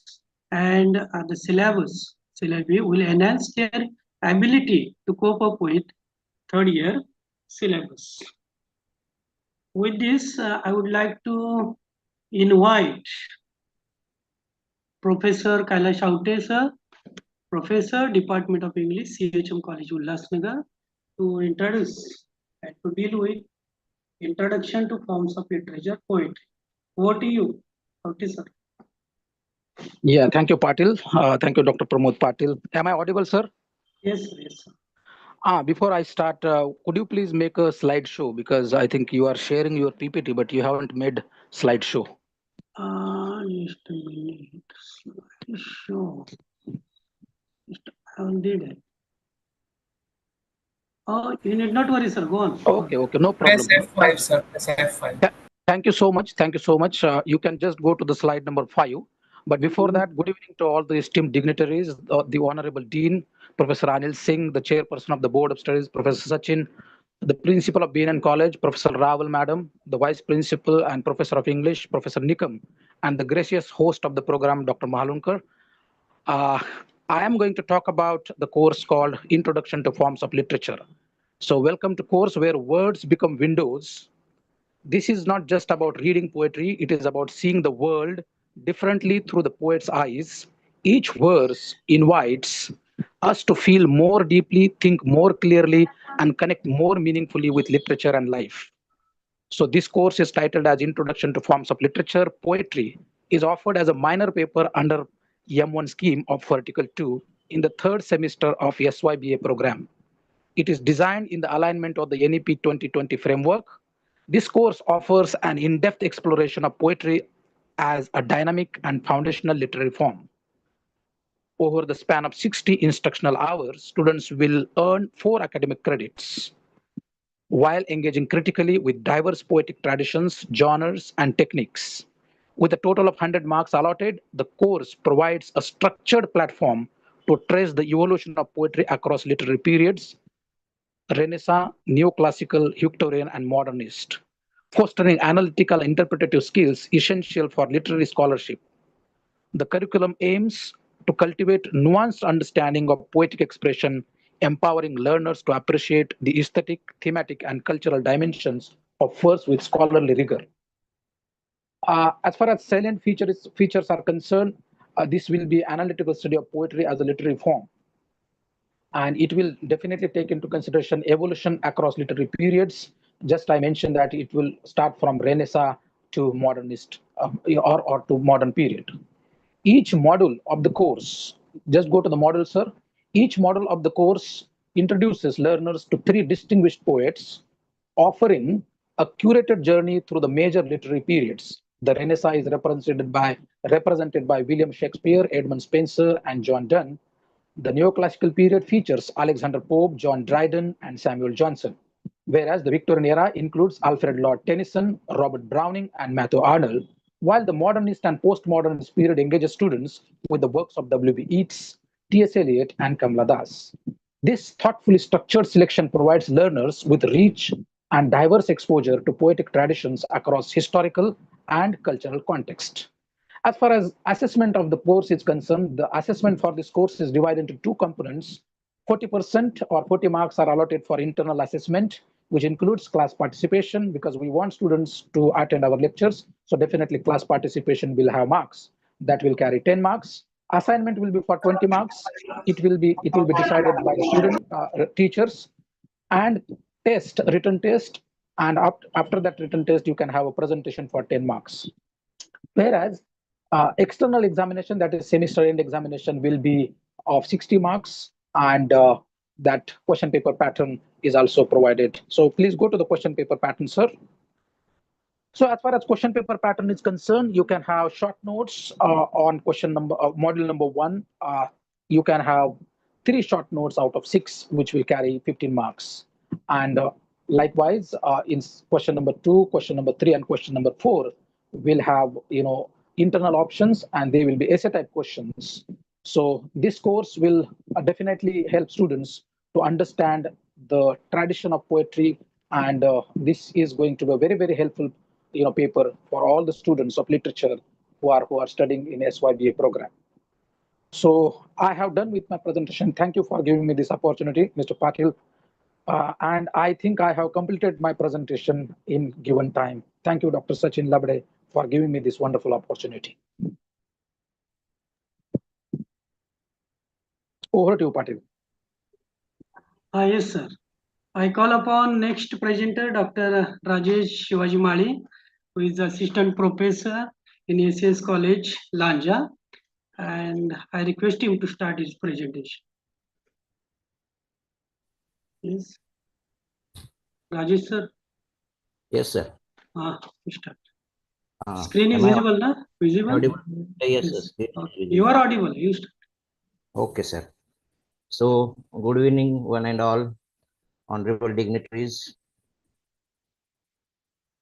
the Dean of Humanities, Principal Dr. Singh, sir, Chairperson of the Board of Studies, Dr. Labde, sir, Principal of B.N.N.College, Rawal, madam, convener of this workshop, Dr. Sudhir Nikam, sir, then Dr. Shashikan Mahunkar, sir, all the members of Board of Studies, and dear participants. So here I am presenting the this presentation on this paper here, that is, which is from the vertical second minor paper. And this paper, as Dr. Patil sir he said, which is a minor in M1, it is for semester 4, and scheme 3, that this one has a M2, that is major 2-1. And as far as the course details is concerned, as actually it is a 4 credit, same 3 theory paper here, 4 credits and 60 hours and 100 marks. It is as like a major one. And as far as the salient features of this course is concerned, that as while designing the syllabus, that all the members of this subcommittee members, we have decided already. Sachin sir, as he said, that genre wise we have formed the syllabus of all these papers, right from the FY level, now continuation with the SY. So the historical and cultural context in which the course familiarizes the learners with the origins and historical development of drama and theater, that is from ancient Greek rituals to the Renaissance, modern times, which is highlighting the historical, social, and cultural context that shaped the theatrical forms. Also, another important feature, that is the diverse subgenres of the drama form, that which we have prescribed here in the various modules, that it covers the different subgenres such as tragedy, comedy, satire from different eras. Again, this paper in which we have selected the era-wise the text that is representative text from these various eras that we have already prescribed here. And in case of this, that is the theatrical techniques and elements are also focused here in the syllabus. That is drama, as I said, it is not just as a form of a literature like other forms of literature, that is to sit in the armchair. This form, it is called as a performing art. And so as a performing art here, that the other thing that is emphasizing the significance of a theatrical elements and audience and performance relationship, or the dynamics of the staging here. And finally, that is the critical analysis and interpretation that learners will develop their skill to how to analyze the thematic, structural, the aspect of the drama one, and even the interdisciplinary connection, that is this drama, this form, how it interacts with the other art forms and disciplines, and enriching and understanding of the drama's broader artistic and cultural significance here. So after dealing with this, now just have a modules here, modules at a glance. Now in one slide, that the two modules that we have covered, I have covered here. That is module 1, just drama as a literary form and performing arts. Then for making a work of art drama, that the required elements for the drama, such as plot, character, setting, then sound, space, all these theatrical techniques that are covered here, and the various types of the plays such as tragedy, comedy, farce, melodrama. And secondly here, that is, as already I said, that we have designed or selected the plays from era-wise, age-wise, and so from classical to modern times. And the second module here, in which that as we have selected, that is classical to Elizabethan age, and from classical, that is Antigone by Sophocles, and then from Elizabethan age, that we have selected the well-known playwright William Shakespeare, and whose romantic comedy, that is the As You Like It. Then the next slide that is the next two modules here, that module 3, where the next era, that is Restoration age, and that is age of sensibility or anti-sentimental comedy, and where the text that we have selected here for this module 3, that is William Wycherley's The Country Wife, and Richard R.V. Sheridan's play here, that is School for Scandal. So these plays here, that is Antigone, which that the focus likely to be on the individual moral conscience, state law, or the theme of pride, authority. And in case of As You Like It, that is the theme of a love, identity, freedom, transformation. In case of the Wycherley's Country Wife here, how there is a social satire, a satire on the social hypocrisy, especially on the human relationship, the theme of deception, infidelity. And the last module here, that is the modern contemporary drama. Here we have one from the Indian writing in English here, and one from American literature, and that is Girish Karnad, a well-known playwright, who's Nagmandal, and with an internal optional, that is Tennessee Williams, American writer, that his play The Glass Menagerie. So in case of this Girish Karnad's Nagmandal, that focus should be on the faculty, they can use their novel idea while teaching here, but mainly the possible focus or emphasis should be on the drama as a feminist critique on patriarchal society and operation of the women within the marriage, as far as Nagmandal is concerned, or the theme of gender roles, identity, and love, desire through the use of myth, folklore, and supernatural element. And Tennessee Williams, his play, that is theme of a memory escape and the conflict between the illusion versus reality. These are some of the major highlighting points that we can focus on this while dealing with this play here. And then the next here, that same, it is like that of a major here paper, that the paper is of 100 marks, and 40% that is for internal evaluation, and 60% that is for external evaluation, that is semester end examination. And in case of the internal evaluation here, that the classification of the marks, 40 marks here, that is attendance and classroom participation, 10 marks are there, class test and presentation, that is 10 marks, and that we are giving that is more weightage here, that is students, they are taking efforts, that is written assignment, 20 marks that we have given here. And here are some suggestions, some suggested topics are there. These are indicative. They can use other ideas also while dealing with the internal evaluation here. That is plot analysis, character analysis, and all these things here. And as far as the semester end examination is concerned, that the format or the pattern of question paper here, question 1, that is our module 1, where short notes are there, and 3 short notes out of 6, that is 5 marks each here. And hereafter, that is question 2, 3, 4, that on respect to the modules, module 2, 3, and 4. And these are essay type questions here, and each question that is of 50 marks here, and that is with an internal optional on separate text, that is those colleges which text they are dealing with here.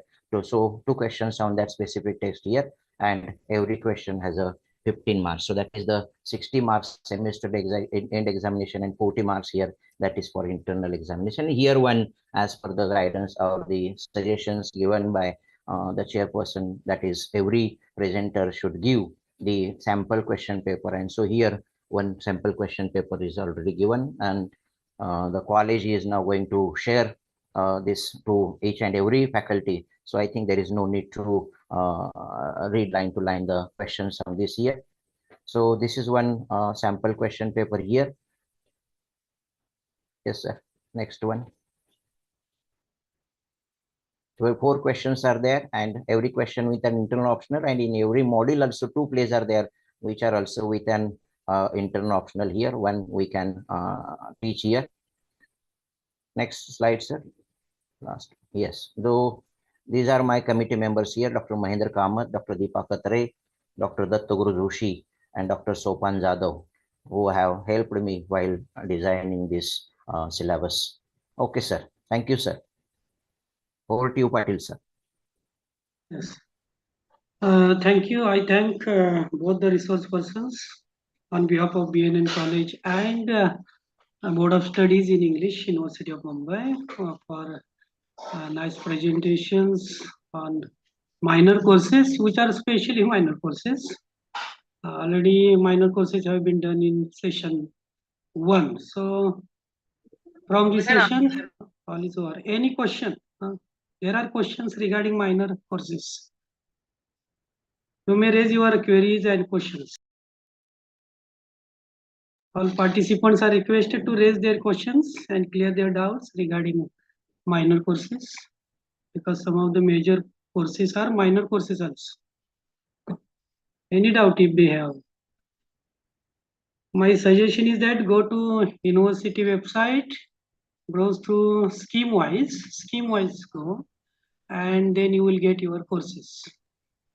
Find out your scheme, go there, and you will get syllabus or syllabuses.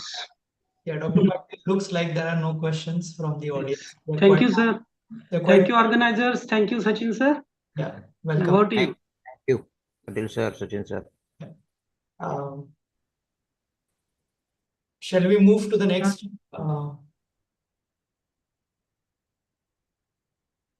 Yeah. Yes, sir. Yes, sir. Please proceed. Please proceed. Yeah, thank you.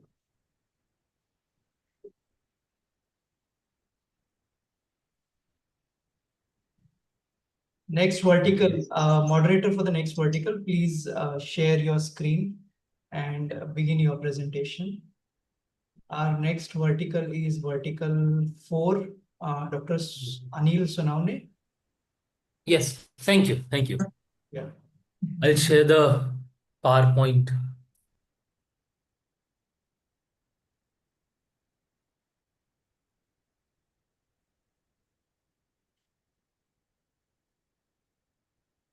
I hope it's visible. It's getting visible. It is not visible yet. Yeah, now it is visible. Yes. Thank you. Perfect. This particular vertical 4, includes or contains vocational skill courses and skill enhancement courses, which go along with the major paper that the students opt for. These two courses are supposed to enhance or help to develop skills related to the major subject or the subject in which they want to major in.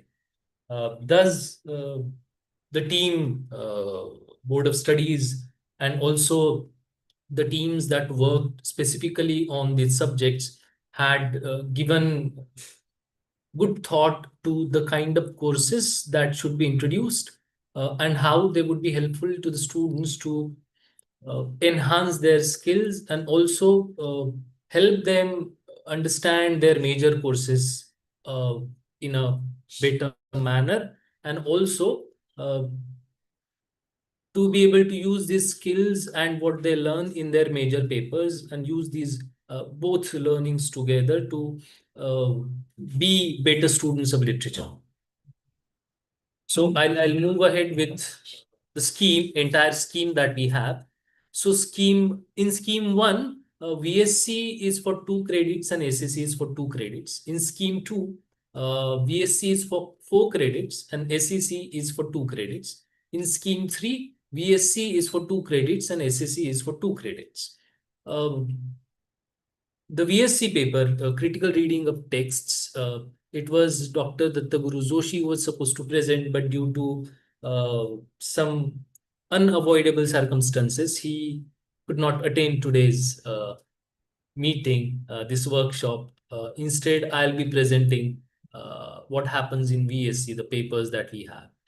Now, VSC for scheme 3, for scheme 2 is for 4 credits, and for scheme 1 it's 2 credit in semester 3 and semester 4, and for scheme 3 that is M1, M2, M3, which is the most opted for scheme in under Mumbai University. VSC is in semester for 2 credits. Now the course or these courses, they aim to develop skills, enhance close reading techniques, encourage independent interpretation.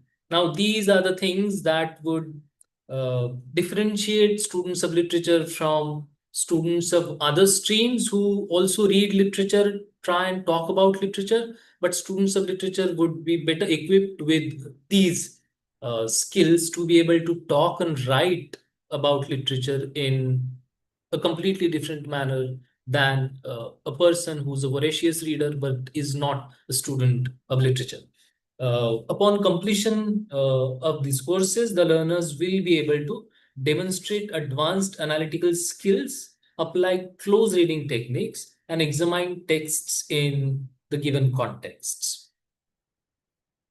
However, these courses are also connected with the first year courses. The students did under VSC section, creative writing, social media and blog writing, and also English at workplace as SSC. So the title of the paper is Critical Reading of Texts under VSC. The 2 credit course, module 1 is Foundations of Critical Reading, and module 2 is divided into 2 sections, Understanding Poetry and Understanding Prose. However, 4 credit course, module 1 again is similar, Foundations of Critical Reading. Module 2 is Rhetorical Devices and Genres. Module 3 is Critical Approaches to Reading Poetry, and module 4 is Critical Approaches to Reading Prose. So the syllabus devising team or the committee has made sure that the analysis of the text is not restricted to prose. The students also have to analyze verse, the text that comes across as verse. What are the features of this course? The critical reading of the text course is designed to equip learners with essential analytical skills for interpreting and evaluating a diverse range of literary as well as non-literary texts. Through close reading, critical engagement, and theoretical analysis, learners will develop the ability to discern underlying themes that they come across in the text, rhetorical strategies that are used to argue through the text, and ideological frameworks that shape textual meaning, which I think is very important in today's times. As far as assessment is concerned, internal continuous assessment is for 40% and 60% marks as usual are for external marks. For 2 credit course, 20 marks are for continuous evaluation, attendance and classroom participation 10 marks, class test or assignment 10 marks, or creative and analytical engagement with the text given for 10 marks. For 4 credit course, attendance and classroom participation for 10 marks, class test 10 marks, assignment 10 marks, creative and analytical engagement for 10 marks. For 60 marks, we have made the model question papers available with the BOS chairperson as well as would be available with any of the BOS members. I don't think I should spend time describing these external examination patterns. The syllabus was prepared. The convener was Professor Dr. Datta Guru Joshi, Professor Dr. Kailas Aute, Professor Dr. Sucharita Sarkar, Anil Sonawane, and Dr. Suresh Suta. If there are any questions, you can ask, or we can move on to the next section, SEC. Dr. Mahesh Deshmukh would be presenting this. Yes, thank you, Anil. I'm available here. If you don't have a question, let's move to the presentation. Yes, thank you, sir. Okay. First of all, thank you very much to the entire team. Honorable Dean of Faculty of Humanities, Dr. Anil Singh, sir.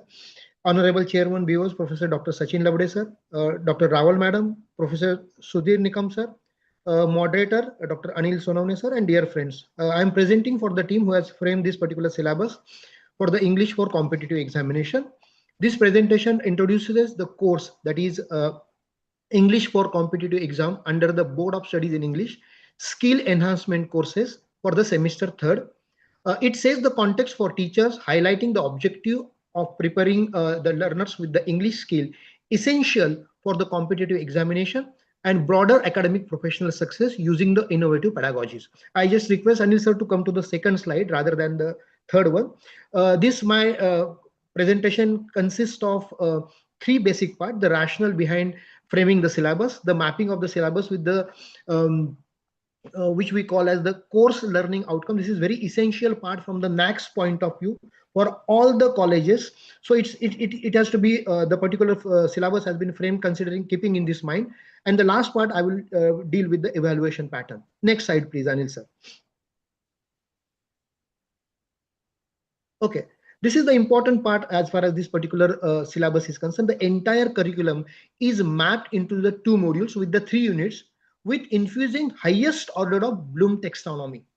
The skill set that learners will be moduled into can be categorized as: the first one is the foundation for academic and professional success, and the skills which will be mapped are the reading comprehension, grammar, and vocabulary building. Of course, these core abilities not only support academic achievement and test taking, but are foundational for effective professional communication. Against the mastery of reading, grammar, and vocabulary is essential for the various sections found in the most competitive examination. So this is the first rationale behind choosing the various different topics or framing the syllabus. When we come to the second part, that is enhance the communication and analytical skill, the skills which are mapped here are the reading comprehension, effective writing, logical reasoning, and verbal communication. See, beyond the grammar, the course develops students' analytic capacity through the tasks like structure essays and logical argument. At the same time, it emphasizes on the verbal and written clarity, prepares students for the interviews, group discussion, and written assessment common in the competitive examination at the workplace. The third rationale is gateway to the global opportunities. The skills which are mapped here are the cross-cultural communication, networking, and professionalism. Of course, the proficiency in English expand access to international studies and careers. The course teaches not just language, but also the soft skill needed to interact confidently in varied cultural and professional contexts. The fourth rationale is adaptation of the technological advancement. The skills which we are going to map are the digital literacy, research skill, information evaluation. Friends, I feel that the student who will learn to navigate. The student will learn to navigate and utilize the online tools such as Google Docs or Miro for collaboration and presentation, which can be done through the internal assessment. At the same time, research skill and information literacy are vital for preparing for the computer-based and online examination and for workplace information management. And the last part, the last rationale behind choosing the various part in the syllabus is the preparation for the real world challenges. The skill mapped are the critical thinking, problem solving, and adaptability. The course builds soft skill through the reflective journals, collaborative projects, and error correction exercises. These skills benefit students beyond the examination, fostering readiness for challenges in college and careers. Thank you, Anil sir, for moving to the slide number 4, which is second last slide. And after that, we'll go to the last slide. While mapping the syllabus with the course outcomes, we have introduced in the unit number 1, which is the introduction to the basic English, the understanding of the which deals with the understanding of the sentence part, phrases, clauses, and contextual vocabulary. The activity aimed at improving the spelling accuracy and appropriate word uses. It lays groundwork for the advanced English proficiency and competitive examination readiness. What difference in NEP 2020 is the delivery of the syllabus, shouldering huge responsibility of engaging the Gen Z and Generation Alpha. To cite a few, it involves practical application of the skill through annotated sentences or the comic strip creations, as well as we can deal with the identification of the sentence component, error correction tasks, reflective journals, collaborative essay building. Each activity is closely associated with the learning outcomes, ensure measurable progress in the critical areas. The module number 1 is further enriched with the proclamation of the vocabulary and word usage, and to ensure its engagement in activities like error spotting correction, which are very common in the competitive examination. Contextual word uses, exercises, and vocabulary building drills will be included. The primary objective is to help the learners communicate it clearly and precisely, a key for competitive assessment and workplace scenario. When it comes to the module number 2, which consists of the comprehension and composition, it emphasizes on clarity of expression, vital for examination, academic and professional communication. The few of the activities which can be included or that can build upon are the practice in reading varied material with comprehension questions. Paragraph and essay writing includes translation tasks, and collaborative essay development of the digital platform for the peer-to-peer learning, which is very important in the NEP. Then we will move to the last slide of this presentation. Lastly, Anil sir.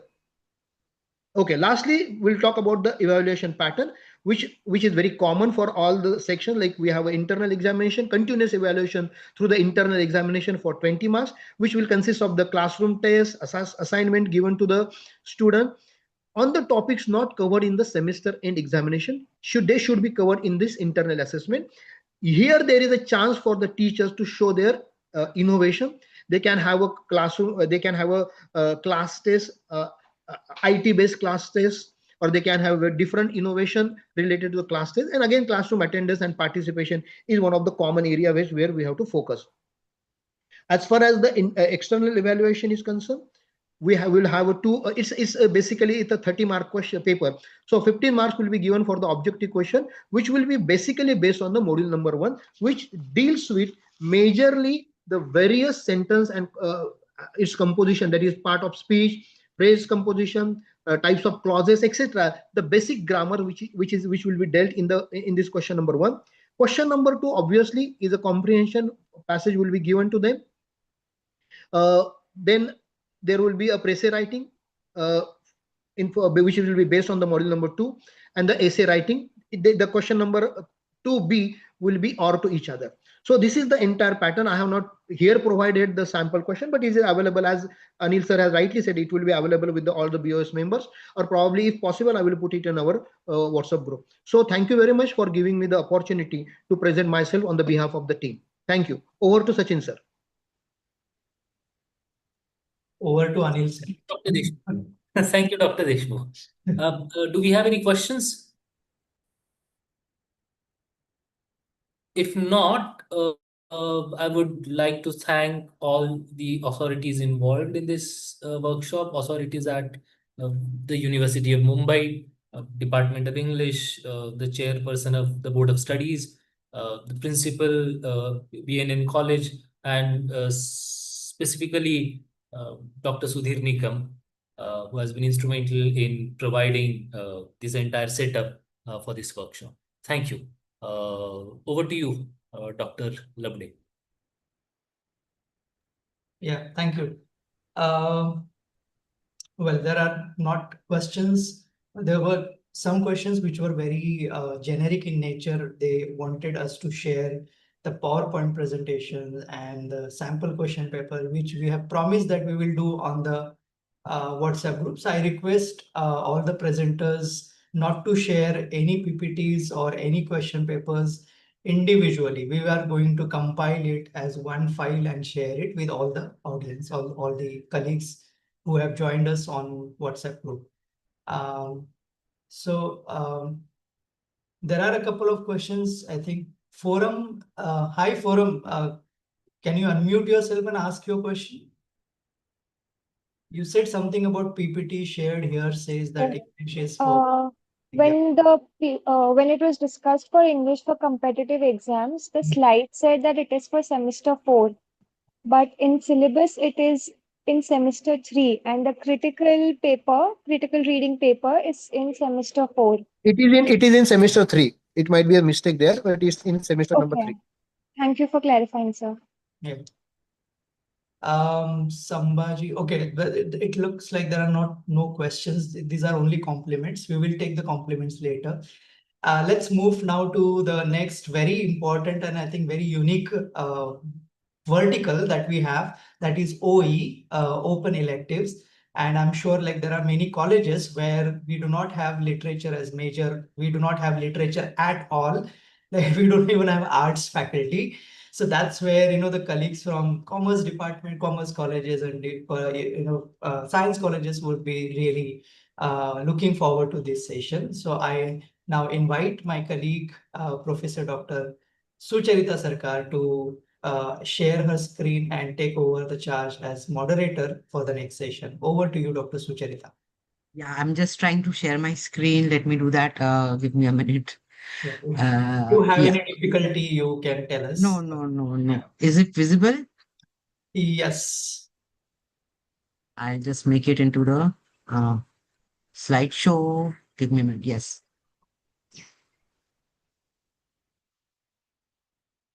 So it's the slideshow format, right? But then, yes. Sorry. Yeah.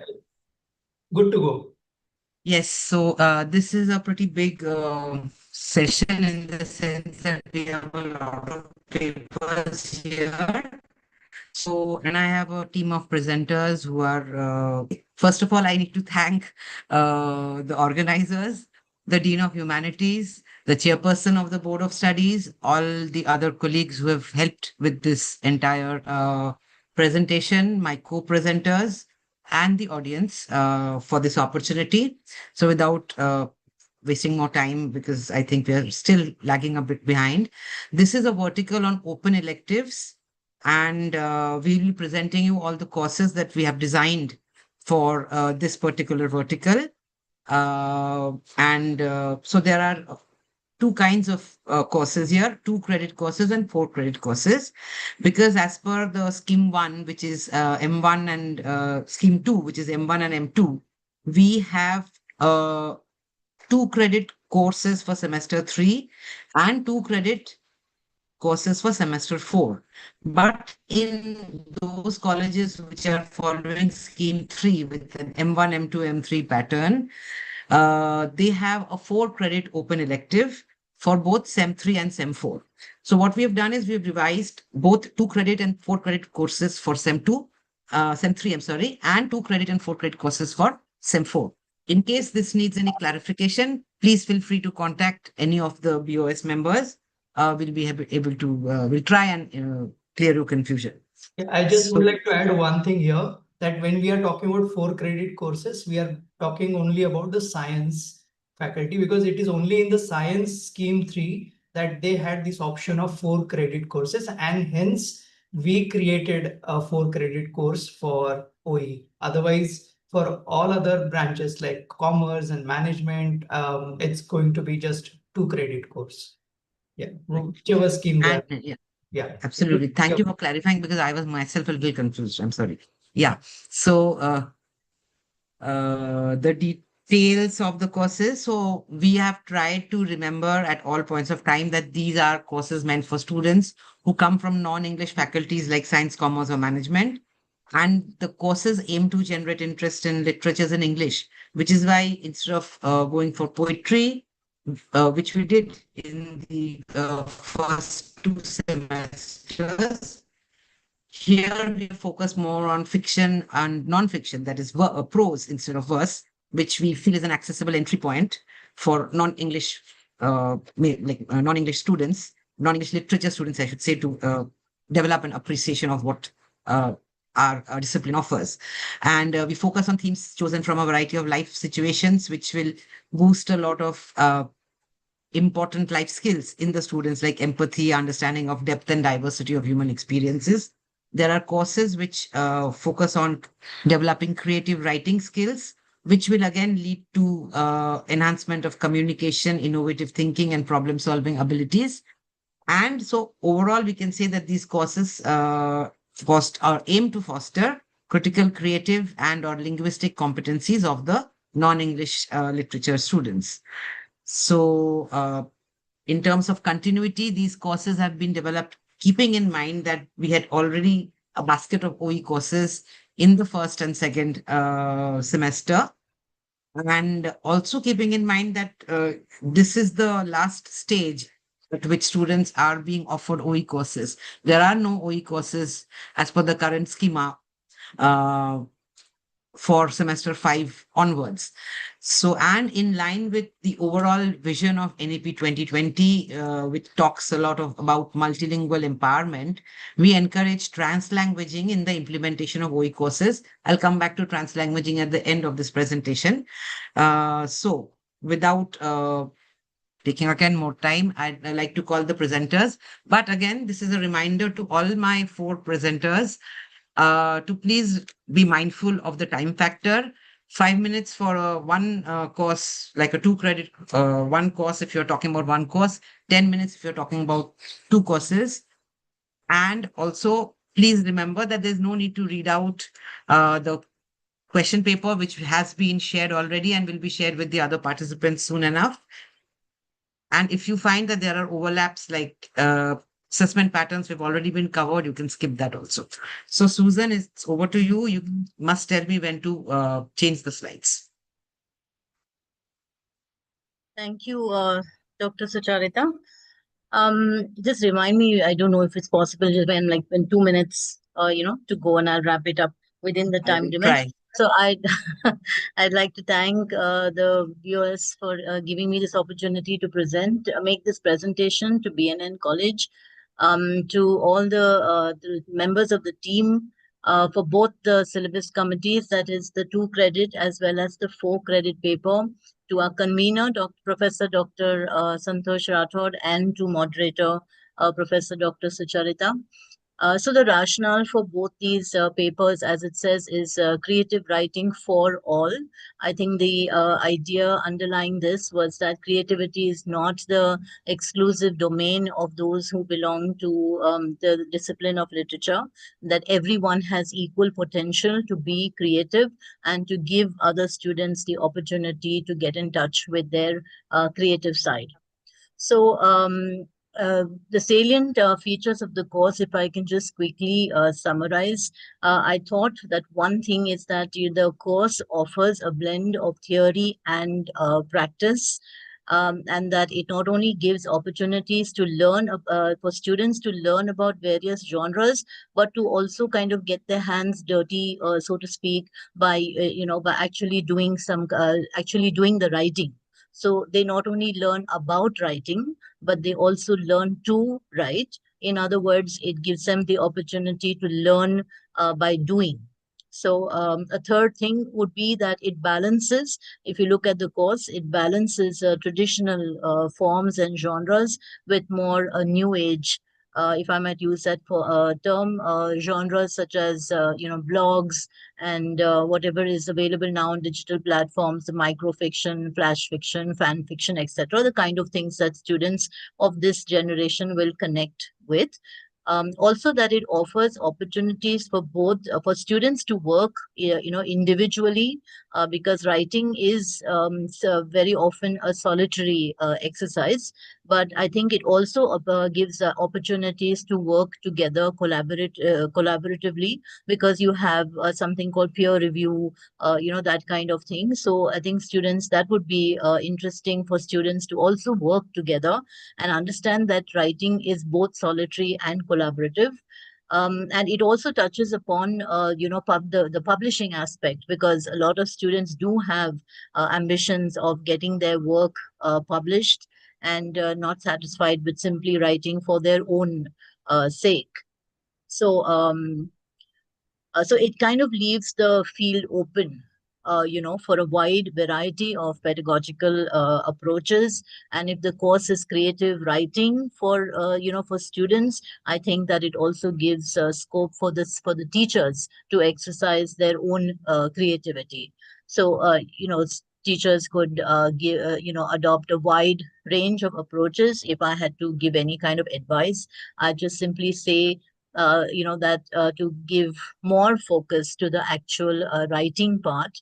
And I think, first of all, to maybe impress upon students the fact that, what it means to be a creative writer. It's not, Wordsworth did say, spontaneous overflow of emotions, and many students have the idea that that's what creative writing is about, that you just, madly inspired by something and then you just pour it out on paper, and that qualifies you to be a writer.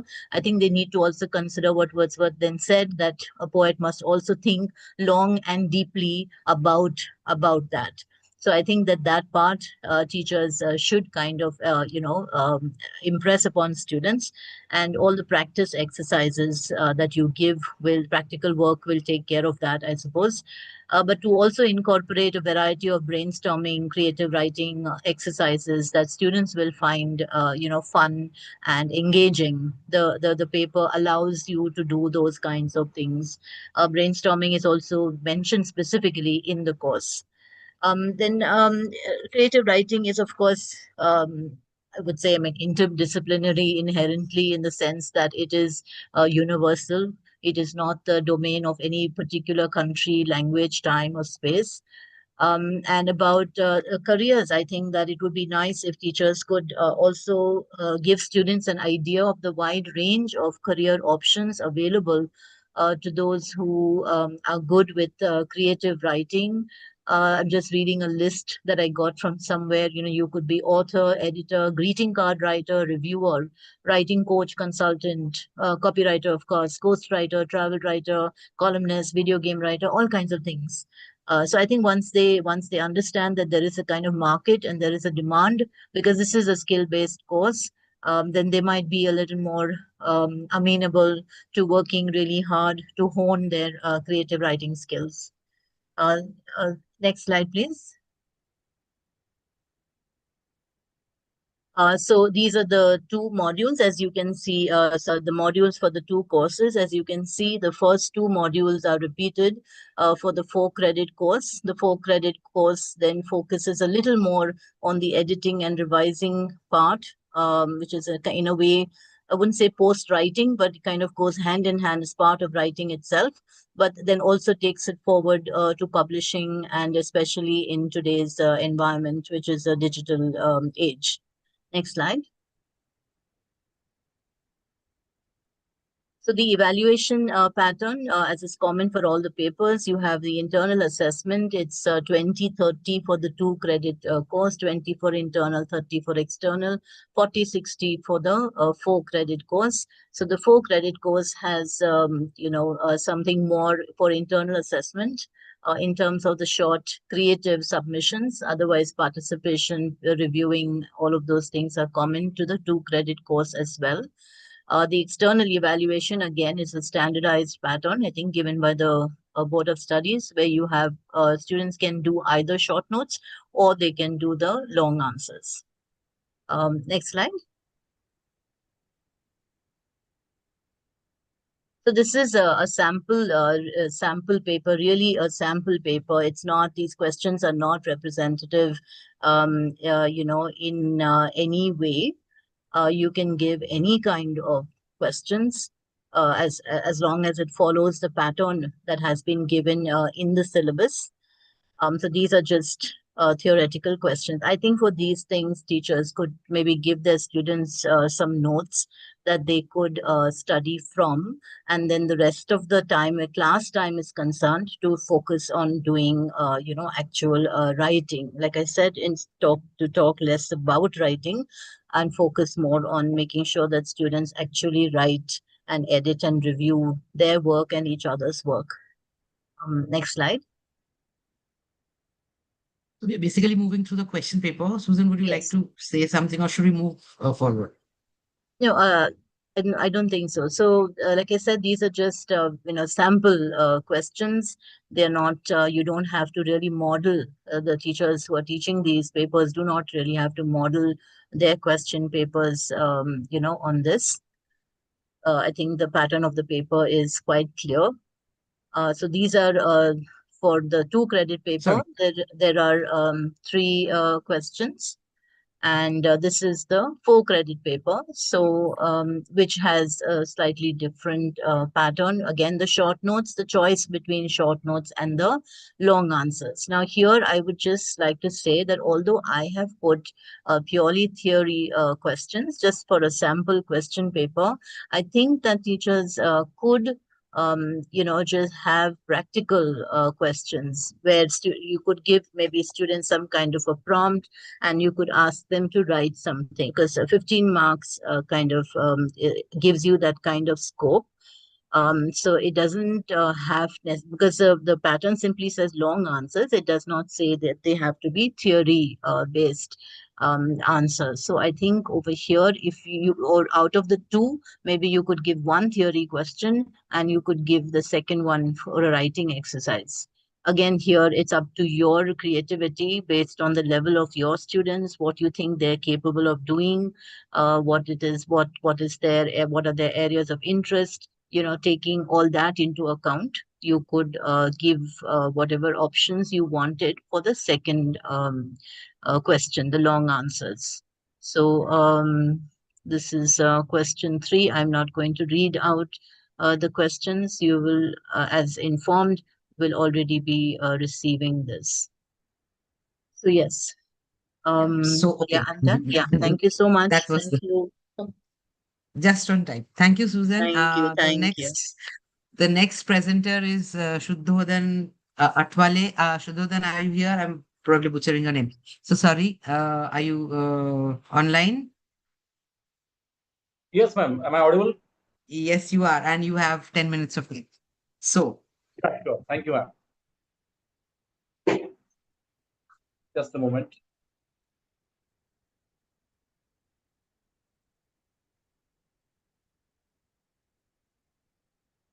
Yes, so I'll just wrap up my presentation within less than 10 minutes. The respected chairperson of BOS, Dr. Labde sir, organizer Dr. Raval ma'am, convener of this workshop, respected Professor Sudhirikan sir, and all my dear colleagues and attendees of this workshop. I'll begin my presentation in quick time, and will try to cover only that part which is relevant, which is very brief, and most of the part is common in both the courses. So we have Tales of Inspiration for 2 credits and Tales of Inspiration Courage for 4 credits. Next slide, please. Yeah, please change the next slide. Okay, you want me to go right here? Yeah. So the salient features of this course or courses are, first, we can use you yes, don't want me to. Yeah, the previous one. Yeah, the present one. So, as far as unique features are concerned, unique pedagogical approach is concerned, we can use flipped classroom, inquiry-based learning, literary theory, integration, intellectual connections, and close reading and digital annotation. We have various stories from regional, Indian, and global context as well. So these stories can be used to understand nuances of various cultural contexts and multiplicity of perspectives. Then we have these tales from authors from diverse walks of life, like literature, adventure, sports, business, science, and technology, and so on. These stories present a vivid commentary on social, gender-based, identity-based, technological, and sociological, especially able persons. These stories might provide us inspiration in careers in diverse fields like adventure, sports, science and technology, medicine, literature, community work, gender studies, and so on. Yes, next slide, please. Yes, ma'am, please change the slide. Yeah. So I'll not read the content of the entire syllabus, the modules at glance. So you can see in module 1, we have 4 short stories, which are from short stories area. And in module 2, we have from non-fiction prose area, we have 4 stories again. In module 1, we have 2 stories from Indian authors and 2 from others. Similarly, in the next module, second module, we have 1 story from Dr. APJ Abdul Kalam and 1 from Lakshmi Narayan Tripathi and 2 from the authors of other nation. Yeah. Next one, please. This is for 2 credits, and for 4 credits, we have 4 modules. So in the first module, we have short stories from India. In module 2, we have non-fiction prose from India. In module 3, we have short stories from beyond India. And in module 4, we have non-fiction prose from beyond India. Yeah, please, next one. I'll not read the entire content. It is available on the website also. Yeah, ma'am, go to the next slide, please. Yeah. Yeah, The here, assessment slide, right? Yeah. yes.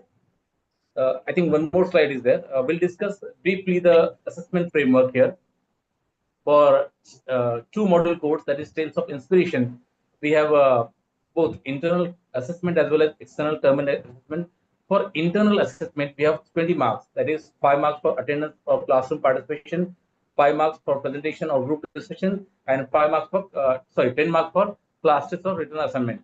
The suggestive framework for assignments are given here, which are only indicative and not exhaustive.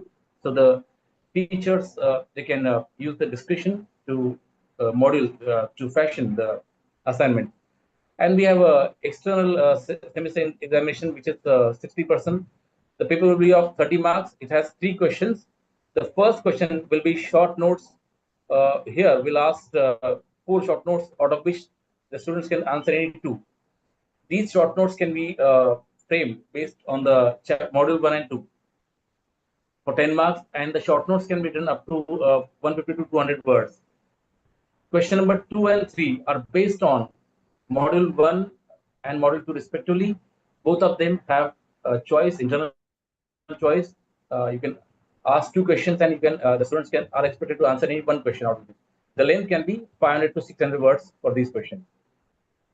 Yeah, next slide, please.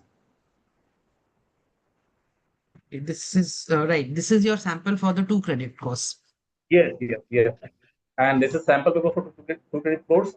You can see the sample questions. I'll not read as it is suggested by our respected convener, sir. We'll go to the next one.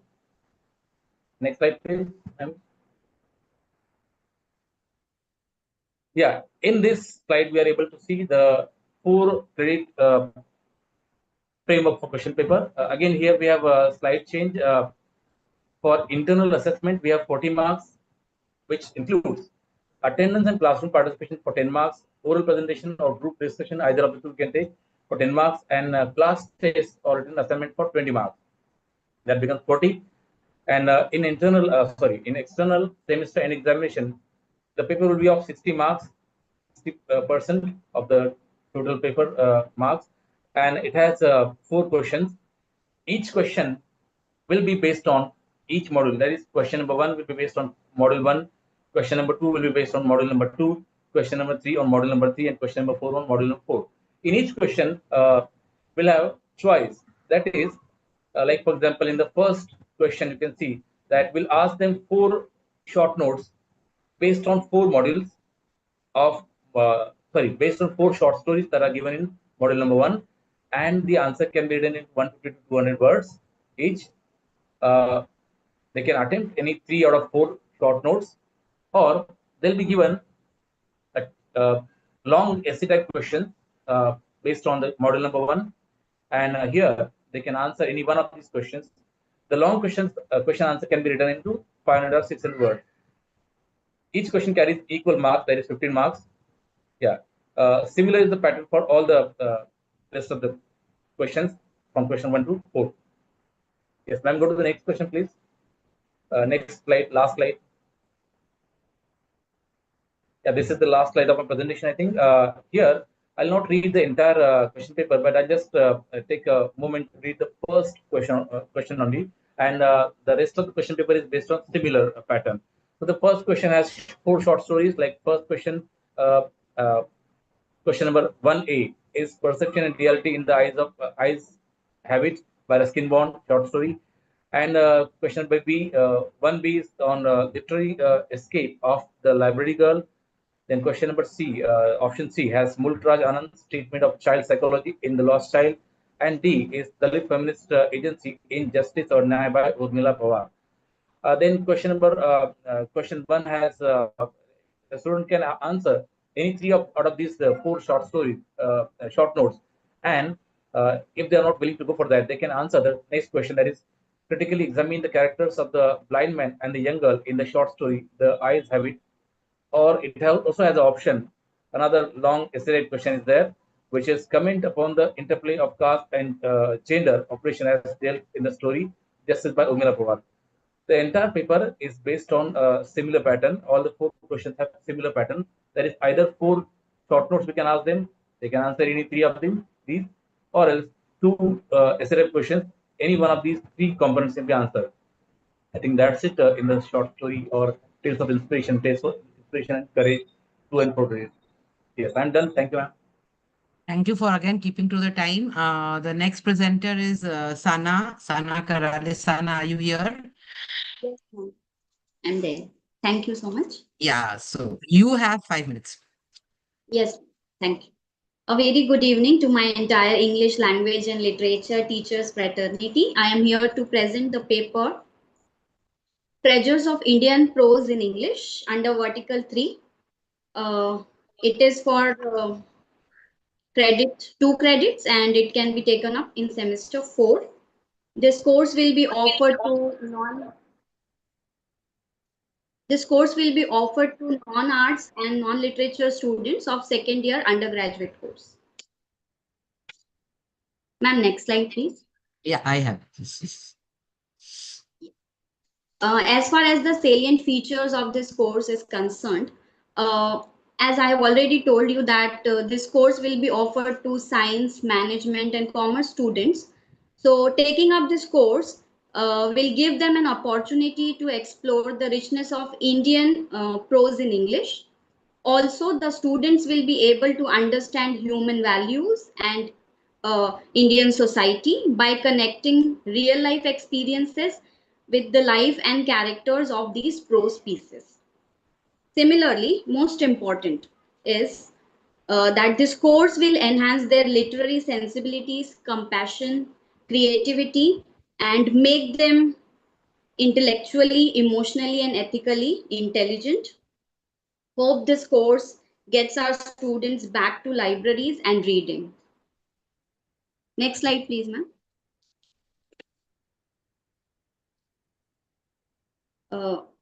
These are the 2 modules. I'm not going to read out these modules, but please pay attention to the note at the bottom. These modules, both of these modules have 4 texts, but only 2 texts have to be selected by the teacher and the students. Mutually, they can decide this, and only 2 texts have to be taught in each of these modules. Please note that not all of these are short stories. Some of these are chapters from a particular book and also memoirs or an interview excerpt.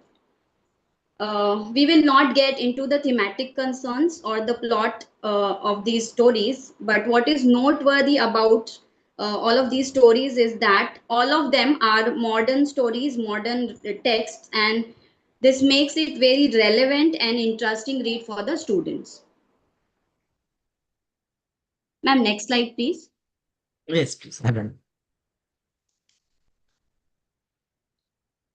So this is the assessment framework, the suggestive assessment framework, where we have separate passing heads for both internal and external evaluation. These are some of the indicative topics for internal evaluation. A class test can be conducted for 5 marks. Viva, voce or presentation can be conducted for 5 marks, and a written assignment can be given to the students for 10 marks. As far as the external evaluation is concerned, it consists of 30 marks. In question 1 and question 2, the students have to attempt an essay type question uh, having internal choices. And in question 3, they have to write 2 short notes out of 4. Please remember that these questions are to be set strictly on the text which we have selected. Ma'am, next slide, please. Sir, yeah.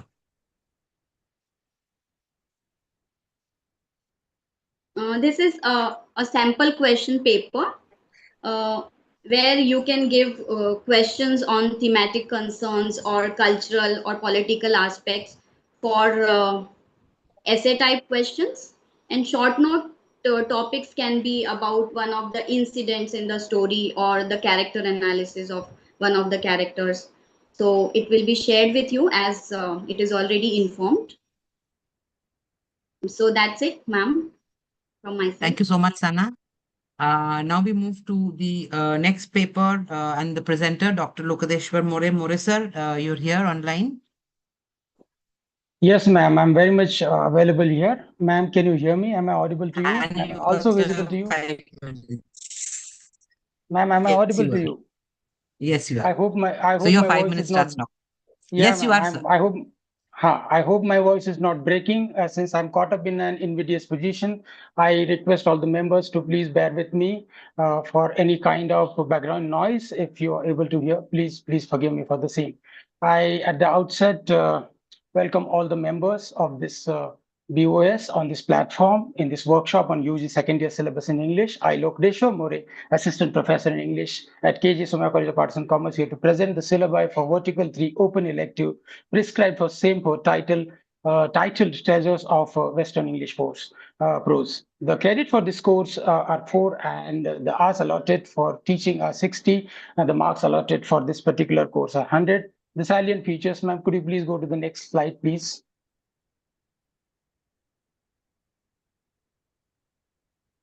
One second. For some reason. Give me a minute. Yeah, yes. I'm sorry. It took me some time. The salient features of this course, as we can see available on the screen, it goes with every other course, contains all the variables such as pedagogical approaches, perspectives, regional and global, multidisciplinarity, interdisciplinarity, which has been talked about a lot, especially in the newer framework that is NEP.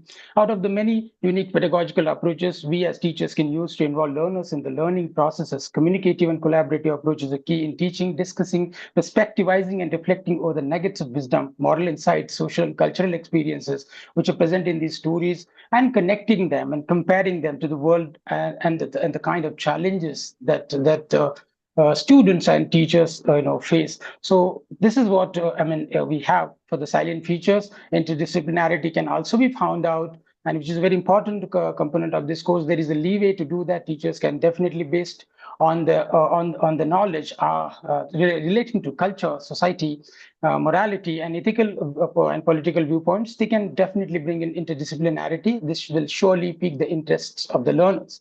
The OE course, which is designed under the framework of National Education Policy for the second year BA learners, aims to develop learners' proficiency and in introducing them to the rich culture and literature of Western prose by fostering an appreciation of the aesthetic and cultural richness of the Western English prose.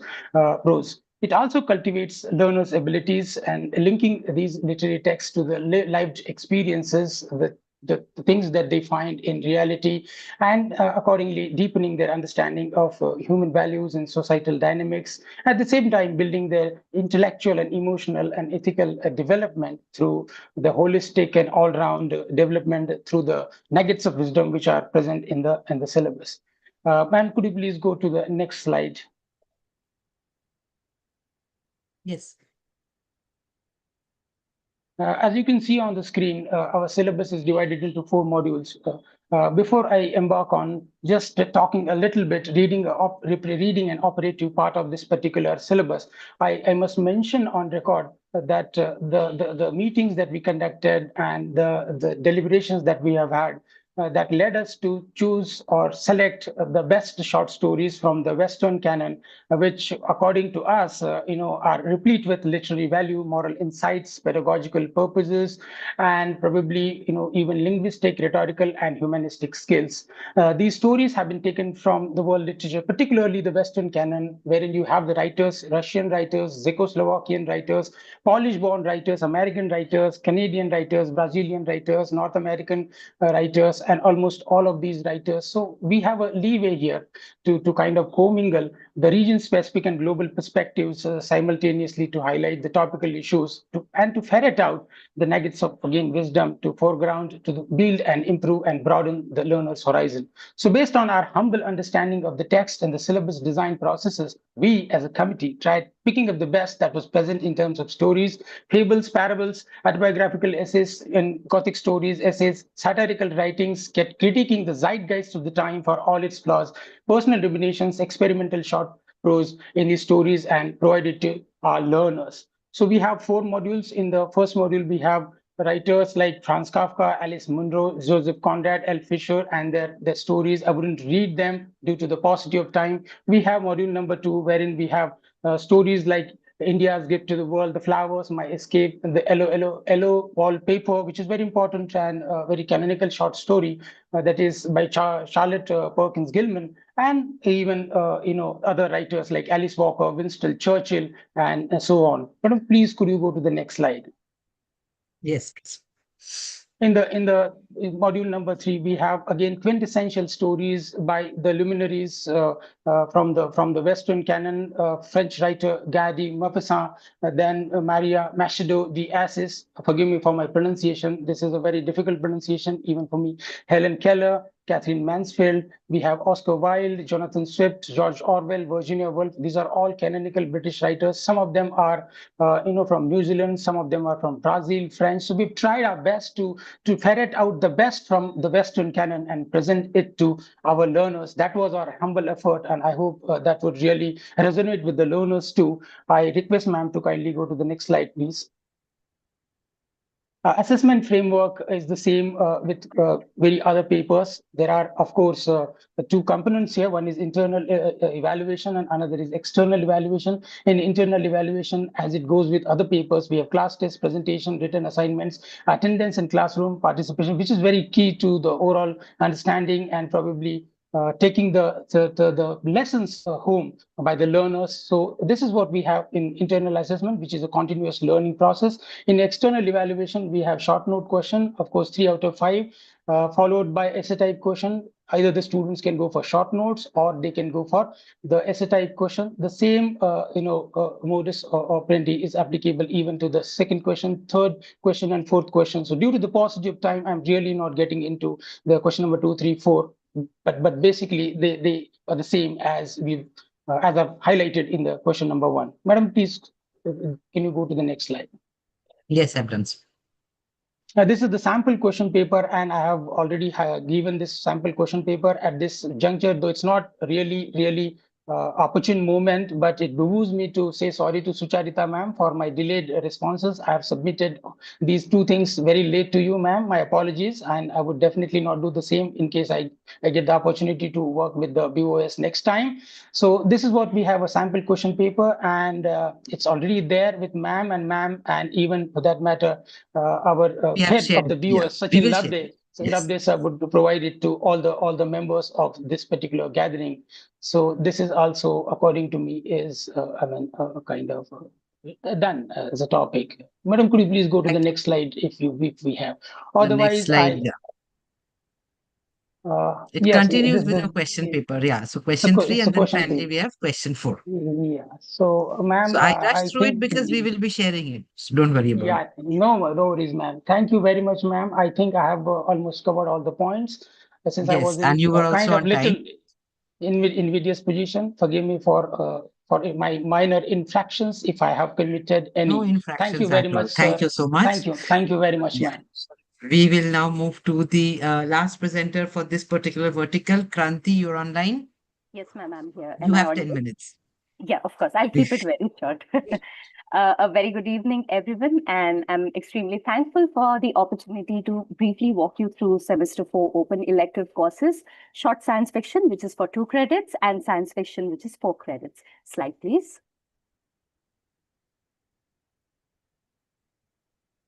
So, science fiction is often seen just as stories about aliens, robots, or the future, but it's much more than that. And at its heart, it's a genre that is based on curiosity, just like science. So, this paper shall allow your non-literature learners to imagine what if. What if technology advanced too fast? What if time travel were possible? And what if we lived on another planet?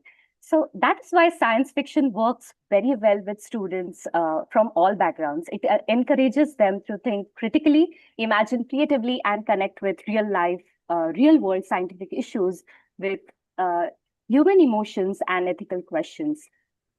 So we've made sure that the texts in the syllabus come from different cultural perspectives, Western, Indian, regional, even cinematic. So the course stays inclusive and wide-ranging. Slide, please.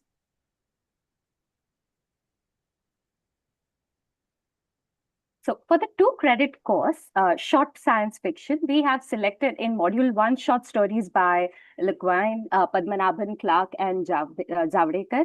These explore the themes like morality, technology, spirituality, and human choices. The second module includes stories by Asimov, Bradbury, Philip K. Dick, and Gibson, and these are focused on cyberspace, the universe, and time. These are slightly more advanced in concept, but deeply engaging. Slide, please.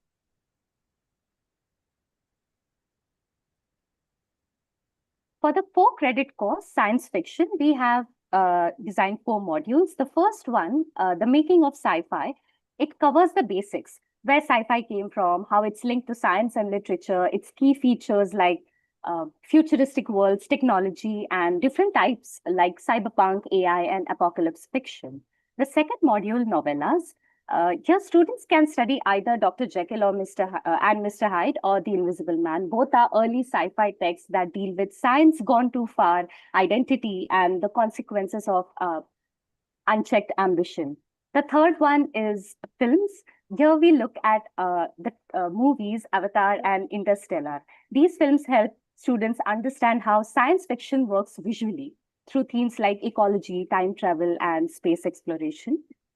The last module is short stories, and this includes stories by Ursula Le Guin, Padmanabhan, Javadekar, and Ray Bradbury. These are stories that are extremely powerful and thought-provoking and bring in a good mix of global and Indian voices. Slide, please.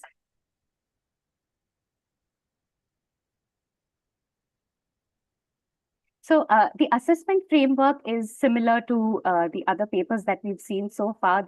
For the short science fiction, the internal evaluation is 20 marks, out of which 10 marks would be for attendance and classroom participation, and another 10 marks for quizzes, class tests, book reviews, sci-fi movie, web reviews, presentation assignments, etc.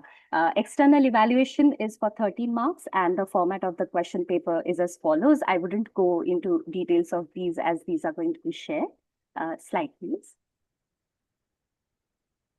This is the sample for your 2 credit paper. All right. I think, ma'am, we can skip through this. Absolutely. So this is the next slide. Yes, thank you, ma'am.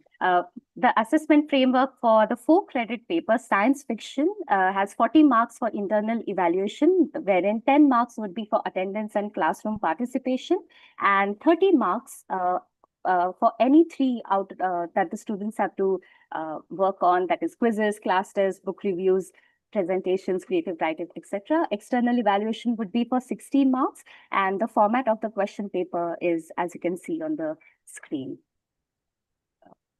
Slide, please. I think I'll again skip the sample question paper for this as well, and just conclude with that both these courses, don't really aim to burden the learners with technical concepts or jargon, but pique their interest into how science and literature interact with each other. And at its core, it aims to make them think not just about science and stories, but also about the future, about responsibility, and about the kind of world that we are building. So thank you so much. Thank you, Kranti. And before we move away from the slide, I'd like to add one thing. The fact that the 4-credit course is a little bit heavy on theory compared to the 2-credit course, which is mainly textual pieces. We have to remember that this 4-credit course is only targeting science students, because all the 4-credit options are only available in the scheme 3, which, as Sachin sir said in the beginning, that it's only targeting science students. So they should be comfortable learning theory regarding science fiction. So that is why I am assuming that is why it was put in this particular paper. Thank you, all the presenters. So now we move to the second last slide of this thing, which is do's and don'ts, which is again similar to most other verticals, but I want to focus on 1 or 2 points here that we wish the teachers to focus on or encourage multilingual pedagogy and translanguaging. Now, if you're not sure what translanguaging is, you'll have to Google it like I had to do. But it is basically moving away from the attitude that we use only English in teach English. No, we don't. According to translanguaging, we should be using or kind of encouraging students to at least understand concepts or understand texts using whatever language they are comfortable with.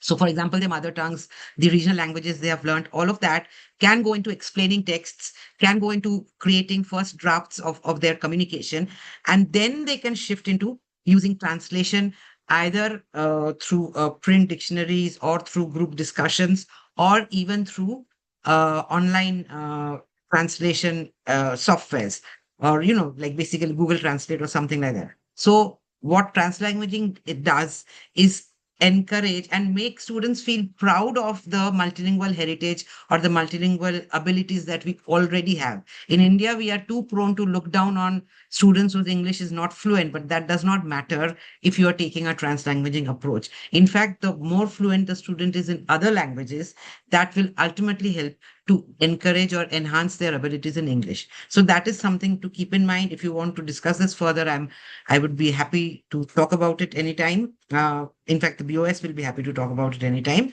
To use interdisciplinary linkages, that is very essential because this is a course meant for non-English discipline students. So it's meant for commerce, management, science students. We have to be interdisciplinary. Otherwise, we'll simply not be able to connect with them. And the third point I wish to remember, I wish all of us to remember, is that these questions, the answer to these questions of word limits, that's of course a way of reassuring the students that this is a 1 hour paper, this is a 2 hour paper, 1 hour for 2 credit courses, 4 hours, 2 hours for 4 credit courses. And so they should not get overwhelmed that this is so many questions I have to attempt. And it's also a reminder for the teachers that when we are assessing, we need to keep in mind that this is what is possible within this particular word limit. Okay. And so what should we not do is that, of course, avoid content overload. These are not English language, English literature students. They don't have the theoretical background that a BA student, English, with English literature education will already have. So we have to focus on the regional language learners, which is why I was stressing on the translanguaging part, and to avoid textbook-based learning and connect it with what they are seeing around them, what they already know is from their other subjects, from science, from commerce, from management, and from their own feelings and thoughts and opinions. Okay, so there's my contact details in case you want to contact me. I've already got a question, so I'll take that. It got shared to me. Yeah. So somebody was asking about PDFs for the texts. Now, there are several papers in this particular vertical. I have been personally involved in designing one of them, which is the Tales of Inspiration and Tales of Inspiration and Courage. And in case your college is teaching that particular course or any of those courses, you can feel free to connect with me. We have PDFs of all the texts in that particular course, or at least links that we can share. I'm sure if you send in your specific requirements of which particular text you want to access, we will be able to provide it after talking with the team that framed the other courses also. Any other questions? Or then it's over to you, Professor Sachin. I think we managed to keep the time. Good evening. I have just one query to ask, sir. Yes. Are you audible, sir? Yes, sir. Yes, you are. Sir, I teach at Curricular Bhosle College, Guhagar, and we have M1, M2, and M3 scheme, and in which I have allotted those students who have selected economics as a major subject in the same faculty, that those students who have taken economics, that I teach them OE as an English OE. So is it work? Will it work, or I have to tell them that it will not work to the authorities of the college? There are so many options we are giving, but whether Sachin sir, these are all technical questions. Sachin sir, please. OE courses are exclusively for the students who are studying commerce and science, management, and interdisciplinary degree programs.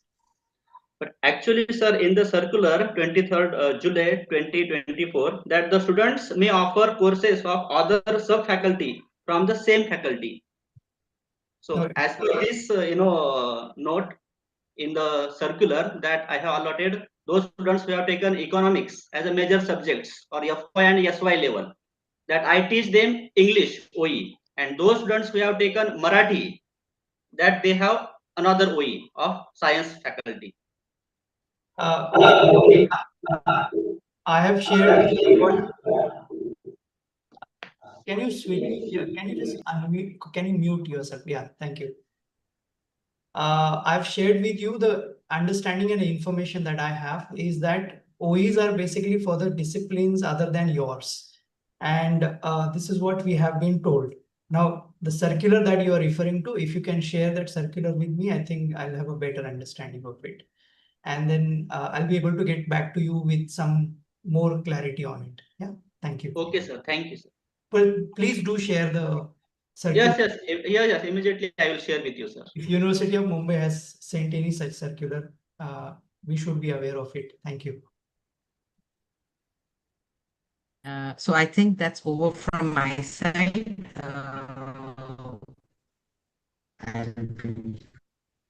One second, I'll stop sharing. Yeah, thank you. Yeah.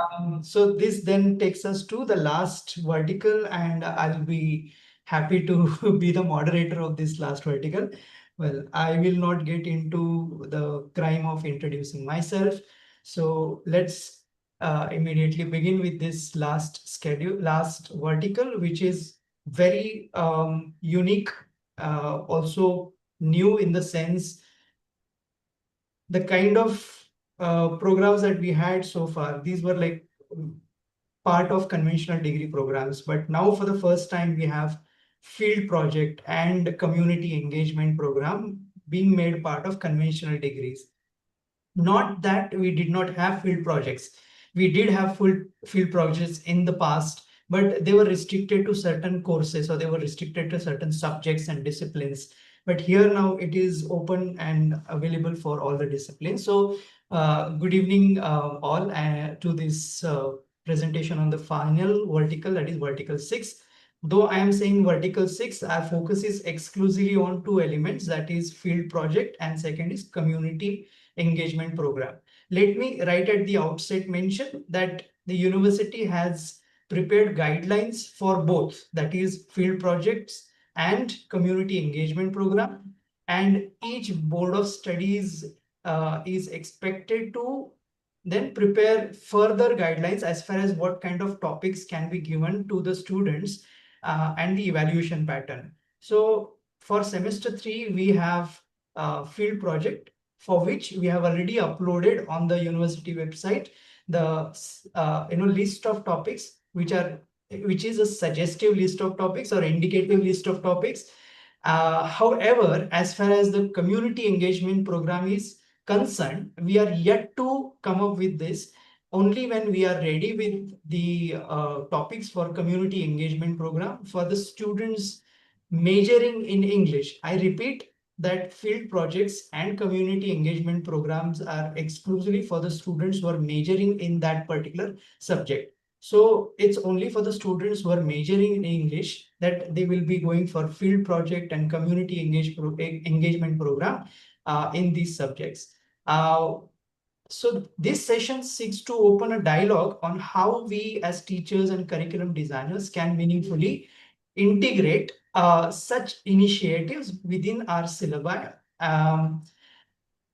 So if you look at the very significance of field project and community engagement program, what we understand is that it promotes experiential learning and practical skills, which is again, in keeping with the principles of New Education Policy 2020, which emphasizes the importance of hands-on projects and direct community engagement, enabling students to apply theoretical knowledge to real-life challenges and fostering critical thinking and problem solving, which I think we are doing even in all papers. But this is like the practical experience where the student goes out into the field and kind of engages in the real life situations. That is one thing. Second, what we notice is that it also builds social responsibility or partly national building attitude by participating in community driven projects, or students are able to develop a deep understanding of socio-economic issues and contribute to national development. I mean, like, so to say, or take some social responsibility and sustainable practices. Besides this, what we notice is that this kind of approach, or like having field projects or having community engagement, it encourages holistic and in multidisciplinary education. Field projects and community engagement breaks down rigid academic boundaries, which I personally have experienced this when it used to come to this very question, like, what does your student do after like graduating? Like, what does your student do after doing post graduation? And we used to have very like limited options, even in thinking, like of options. We would never go beyond just a few options, like, okay, you just do B.Ed and become a teacher, or you do SET or NET and become like a lecturer in the college or university. So that kind of restriction of thinking is something that is probably will get addressed here through this kind of engagement of the students.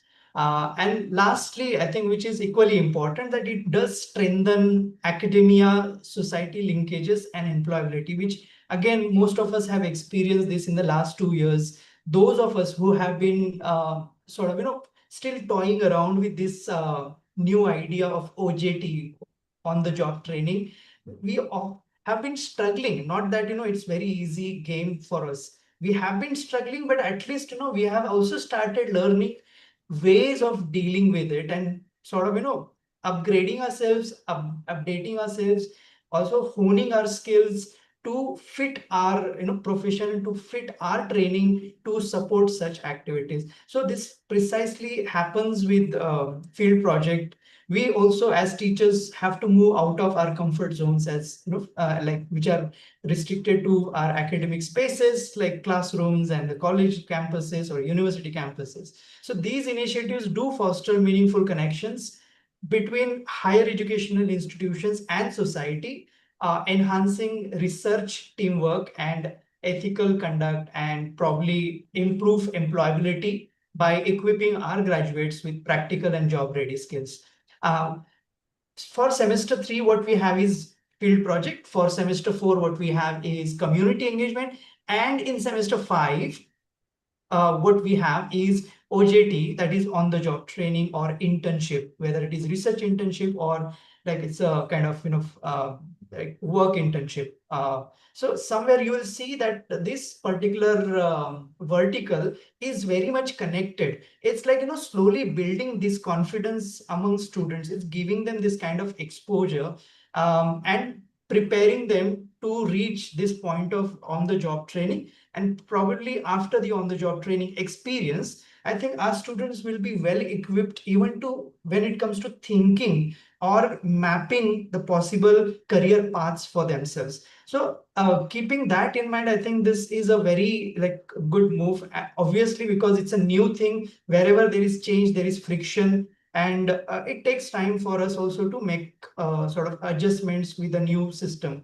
So definitely we will kind of be able to overcome this. Now I invite my colleague Dr.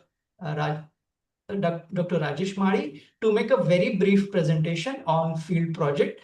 Here his focus will be mainly on the implementation part of it for the students of English, especially what kind of projects can be carried out by students, and partly he will talk about the evaluation pattern. So over to you, Dr. Rajesh Mari. Yes, sir. Thank you, Sachin, sir. The slide, please. Yeah. 5 minutes. Okay. Yeah, fantastic. Already you told to everyone. Okay, this is the last vertical, and I'm going to talk about that field project, which is really one of the a good opportunity for the student. That one of the main important objectives of the NEP 2020 is here, that is to improve the employability of the student and as well as to nurture their better understanding of the socio-economic context. And actually, this is giving really that is not only within the four wall what the education that we are taking here, the formal education, but the students' connectivity should be with the society, the government offices, or even the NGOs and all other the things there, that they should get actually participate in the society. So this is what the most important thing here, a good exposure to the student regarding, and that even the objectives which are given here one by one, that in which let us see here that how it is a very small one. Can you enlarge it?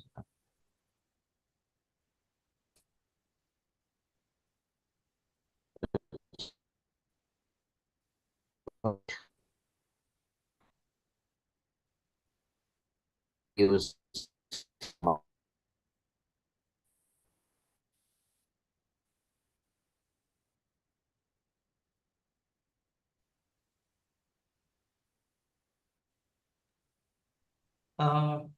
Dr. Mari, is there a problem? Yes. Problem here that very small. Just if you enlarge slide. Otherwise, I will use here.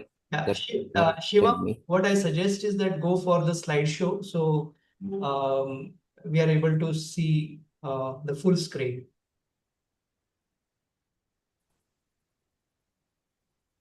Okay, sir. I have already here in on my mobile. Yeah, you need So, to read everything that's there on the slide, so you can just highlight a few points and move to the classification that you have. as in case of sport. Okay. The course details here that about this vertical 6 here. This is a 2 credit course, as it is Sachin sir rightly said here that it is for semester 3, and the hours allotted for the students for completing this field project here, that is 30 hours are given here for field work as well as a survey, and 15 hours are given as a discussion and report writing. That is total 45 hours are there duration for this field project. And again, this is like that of a 2 credit paper. There are 50 marks are there for this course. And as I said earlier, that is the main important objectives of this course here as NEP. And due to this NEP 2020 here, really the higher education, how it is gearing up, that is to get the student, that is not only just they learn or the theoretical part, but instead of that, they have to apply it in their practical life. And both these two things, which are the important aspect of this, particularly this NEP 2020 here. And there are some of the main important, the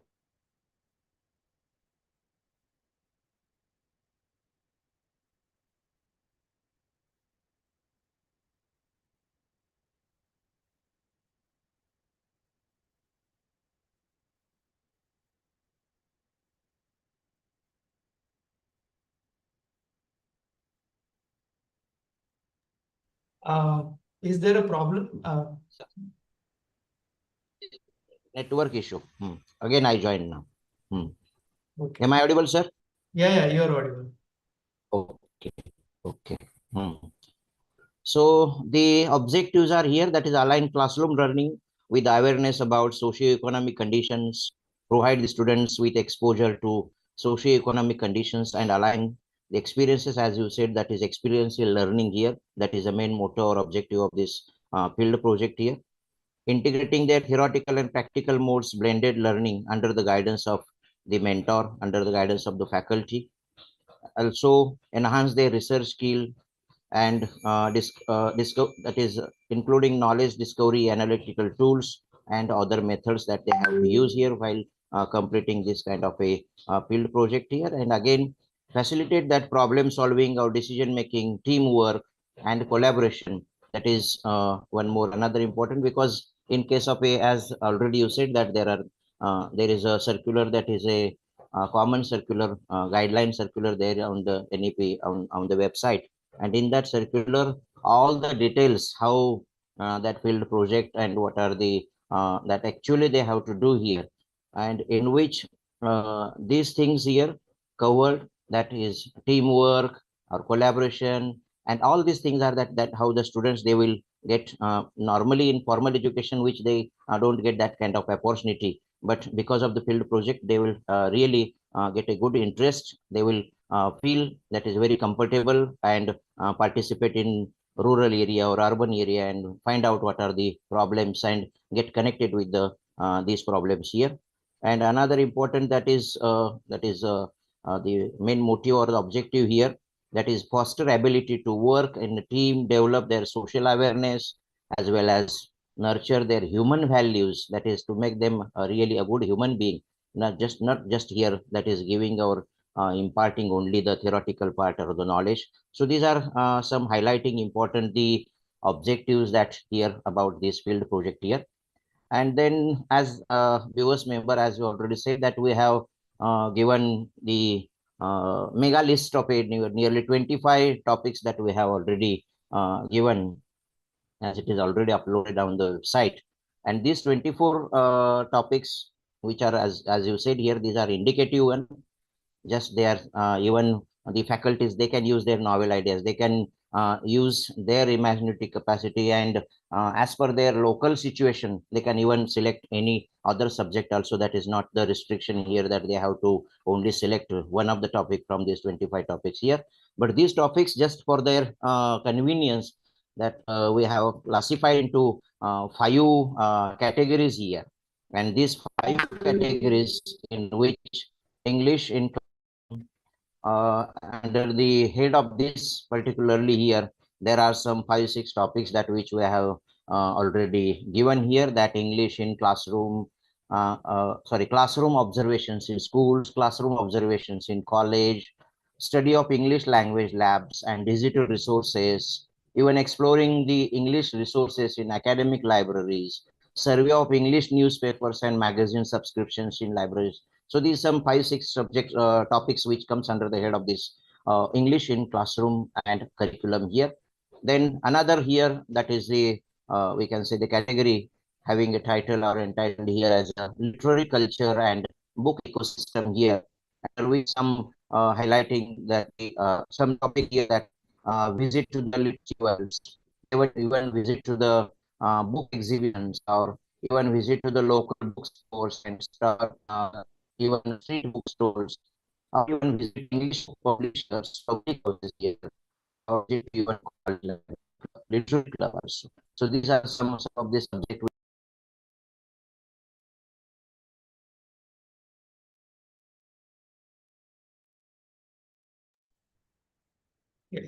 Please bear with us. Actually, there is some connectivity issue that Dr. Madi is facing. So hopefully he joins.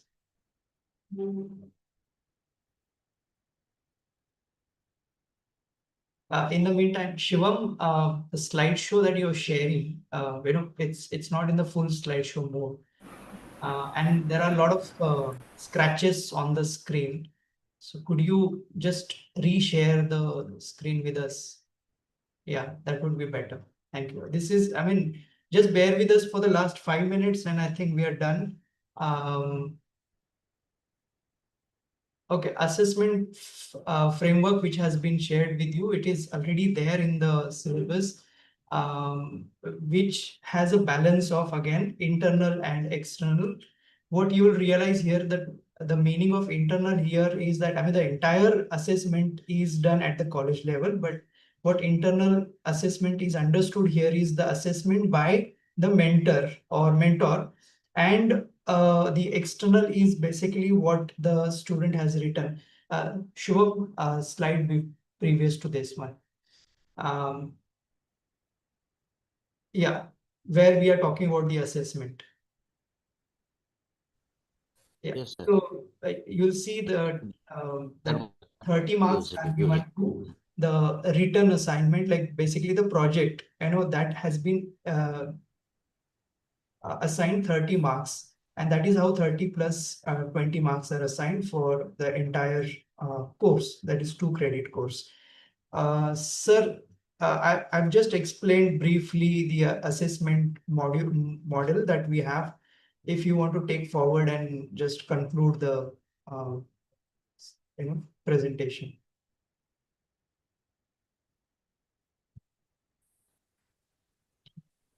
All right.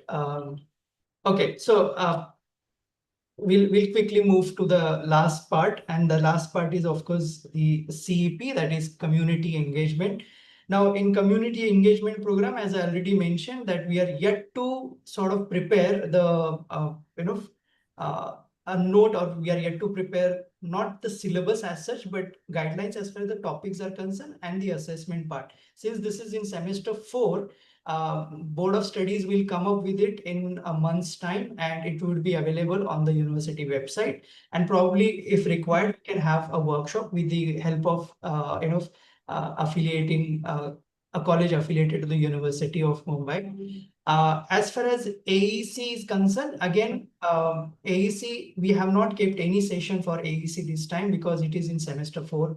And we will conduct a workshop exclusively for AEC and CEP before the end of this semester or the beginning of the 4th semester.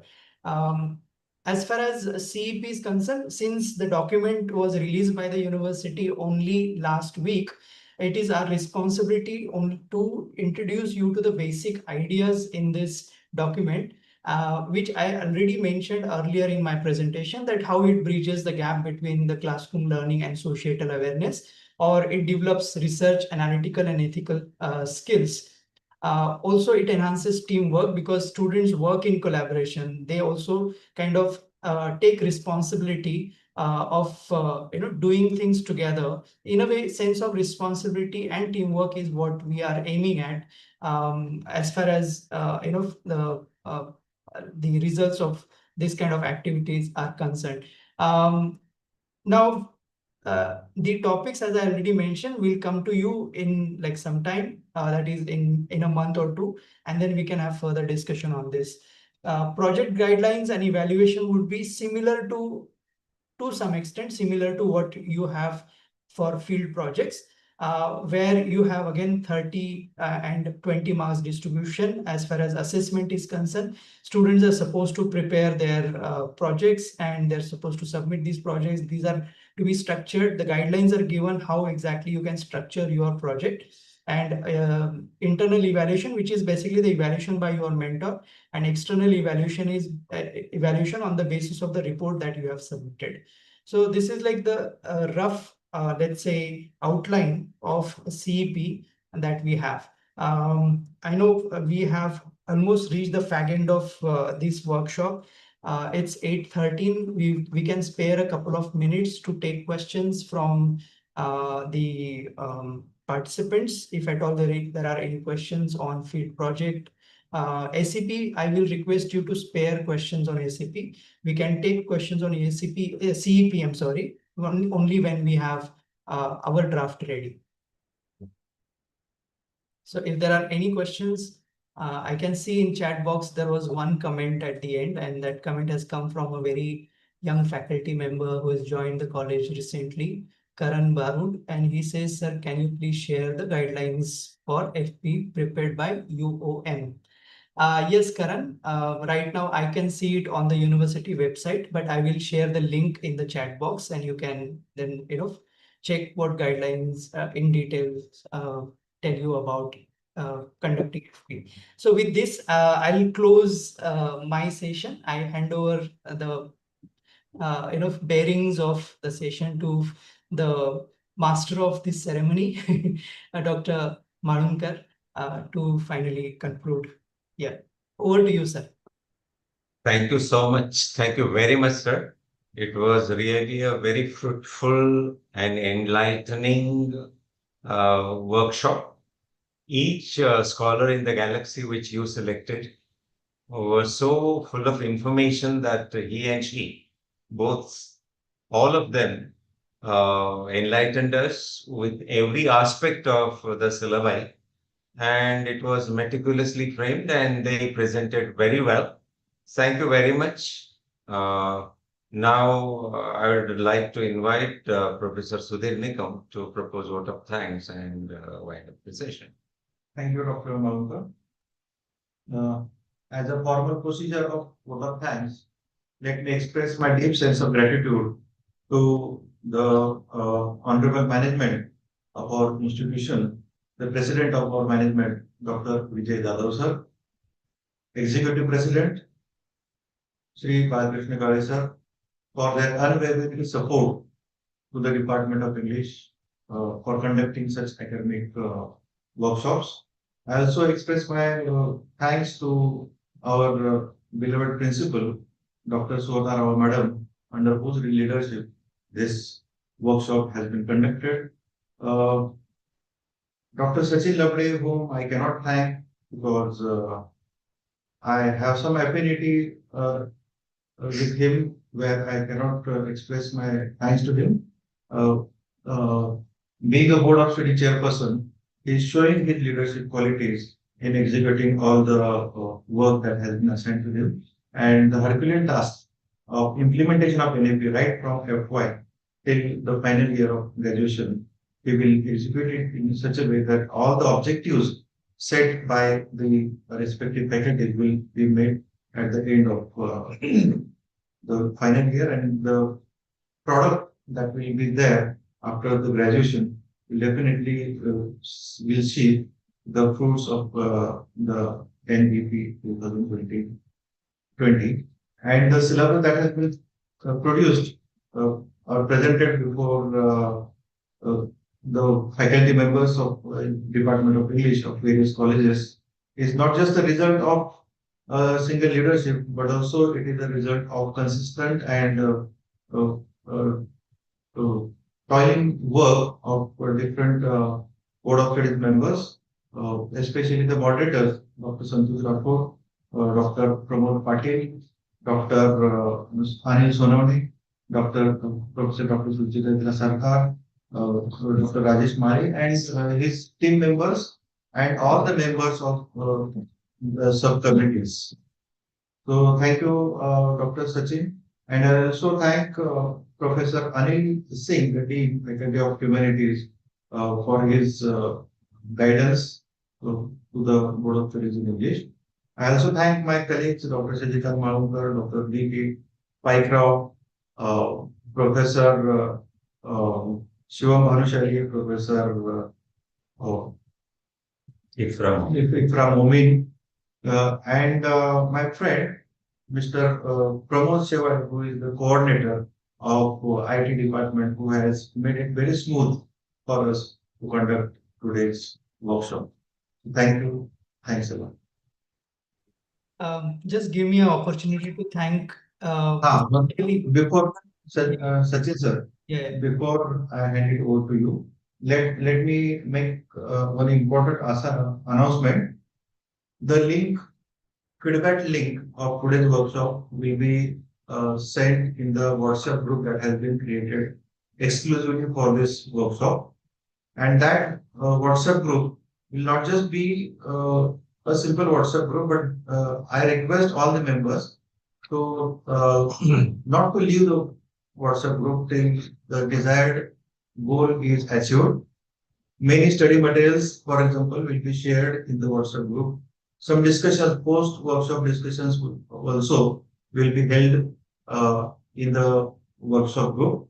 And very soon, a feedback link will be shared, and based on that feedback link, certificates will be emailed to all the participants.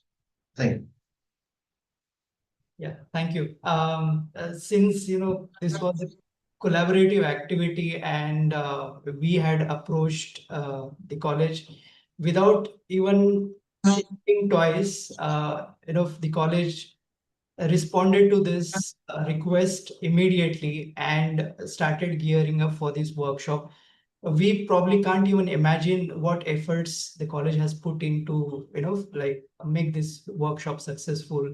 That I have seen all the faculty members and the students of the college working beyond 11 and 12 o'clock at night, responding to our queries and, responding to even our rants, at times. So I really appreciate all the efforts taken by the entire team of B.N.N. College under the absolute, able leadership and inspiring leadership of Principal Professor Dr. Suvarna Rao. Thank you very much. It means a lot to the Board of Studies in English. We feel, and we always feel at home when we are working with B.N.N. College, and you have given us another opportunity to work with you. A special thanks to Professor Dr. Sudhir Nikam, though he said that he couldn't thank me enough. He doesn't have to thank me at all, and he should not be thanking me. We are friends first, and we are friends forever. But I really appreciate that immediate consent given, and after that, you took all the burden of our shoulder to yours very able hands, and successfully did this. I really appreciate your efforts. Thank you very much. And thanks to the entire team, Professor Dr. Malunkar, for making this entire workshop graceful with his, I say, epic and unique voice. Thank you very much. Shivam, special thanks for constantly responding to our emails, and the entire team of B.N.N. College. Last but not the least, all the participants who sat through this entire workshop, which started at 5 o'clock in the evening and is ending at 8:22 or 25. I mean, hats off to Mumbaikars, because this is just impossible in any other situation, in any other state or any other district. But this can happen only in Mumbai or University of Mumbai. Thanks. Thank you very much. Thank you. Thank you. Thank you.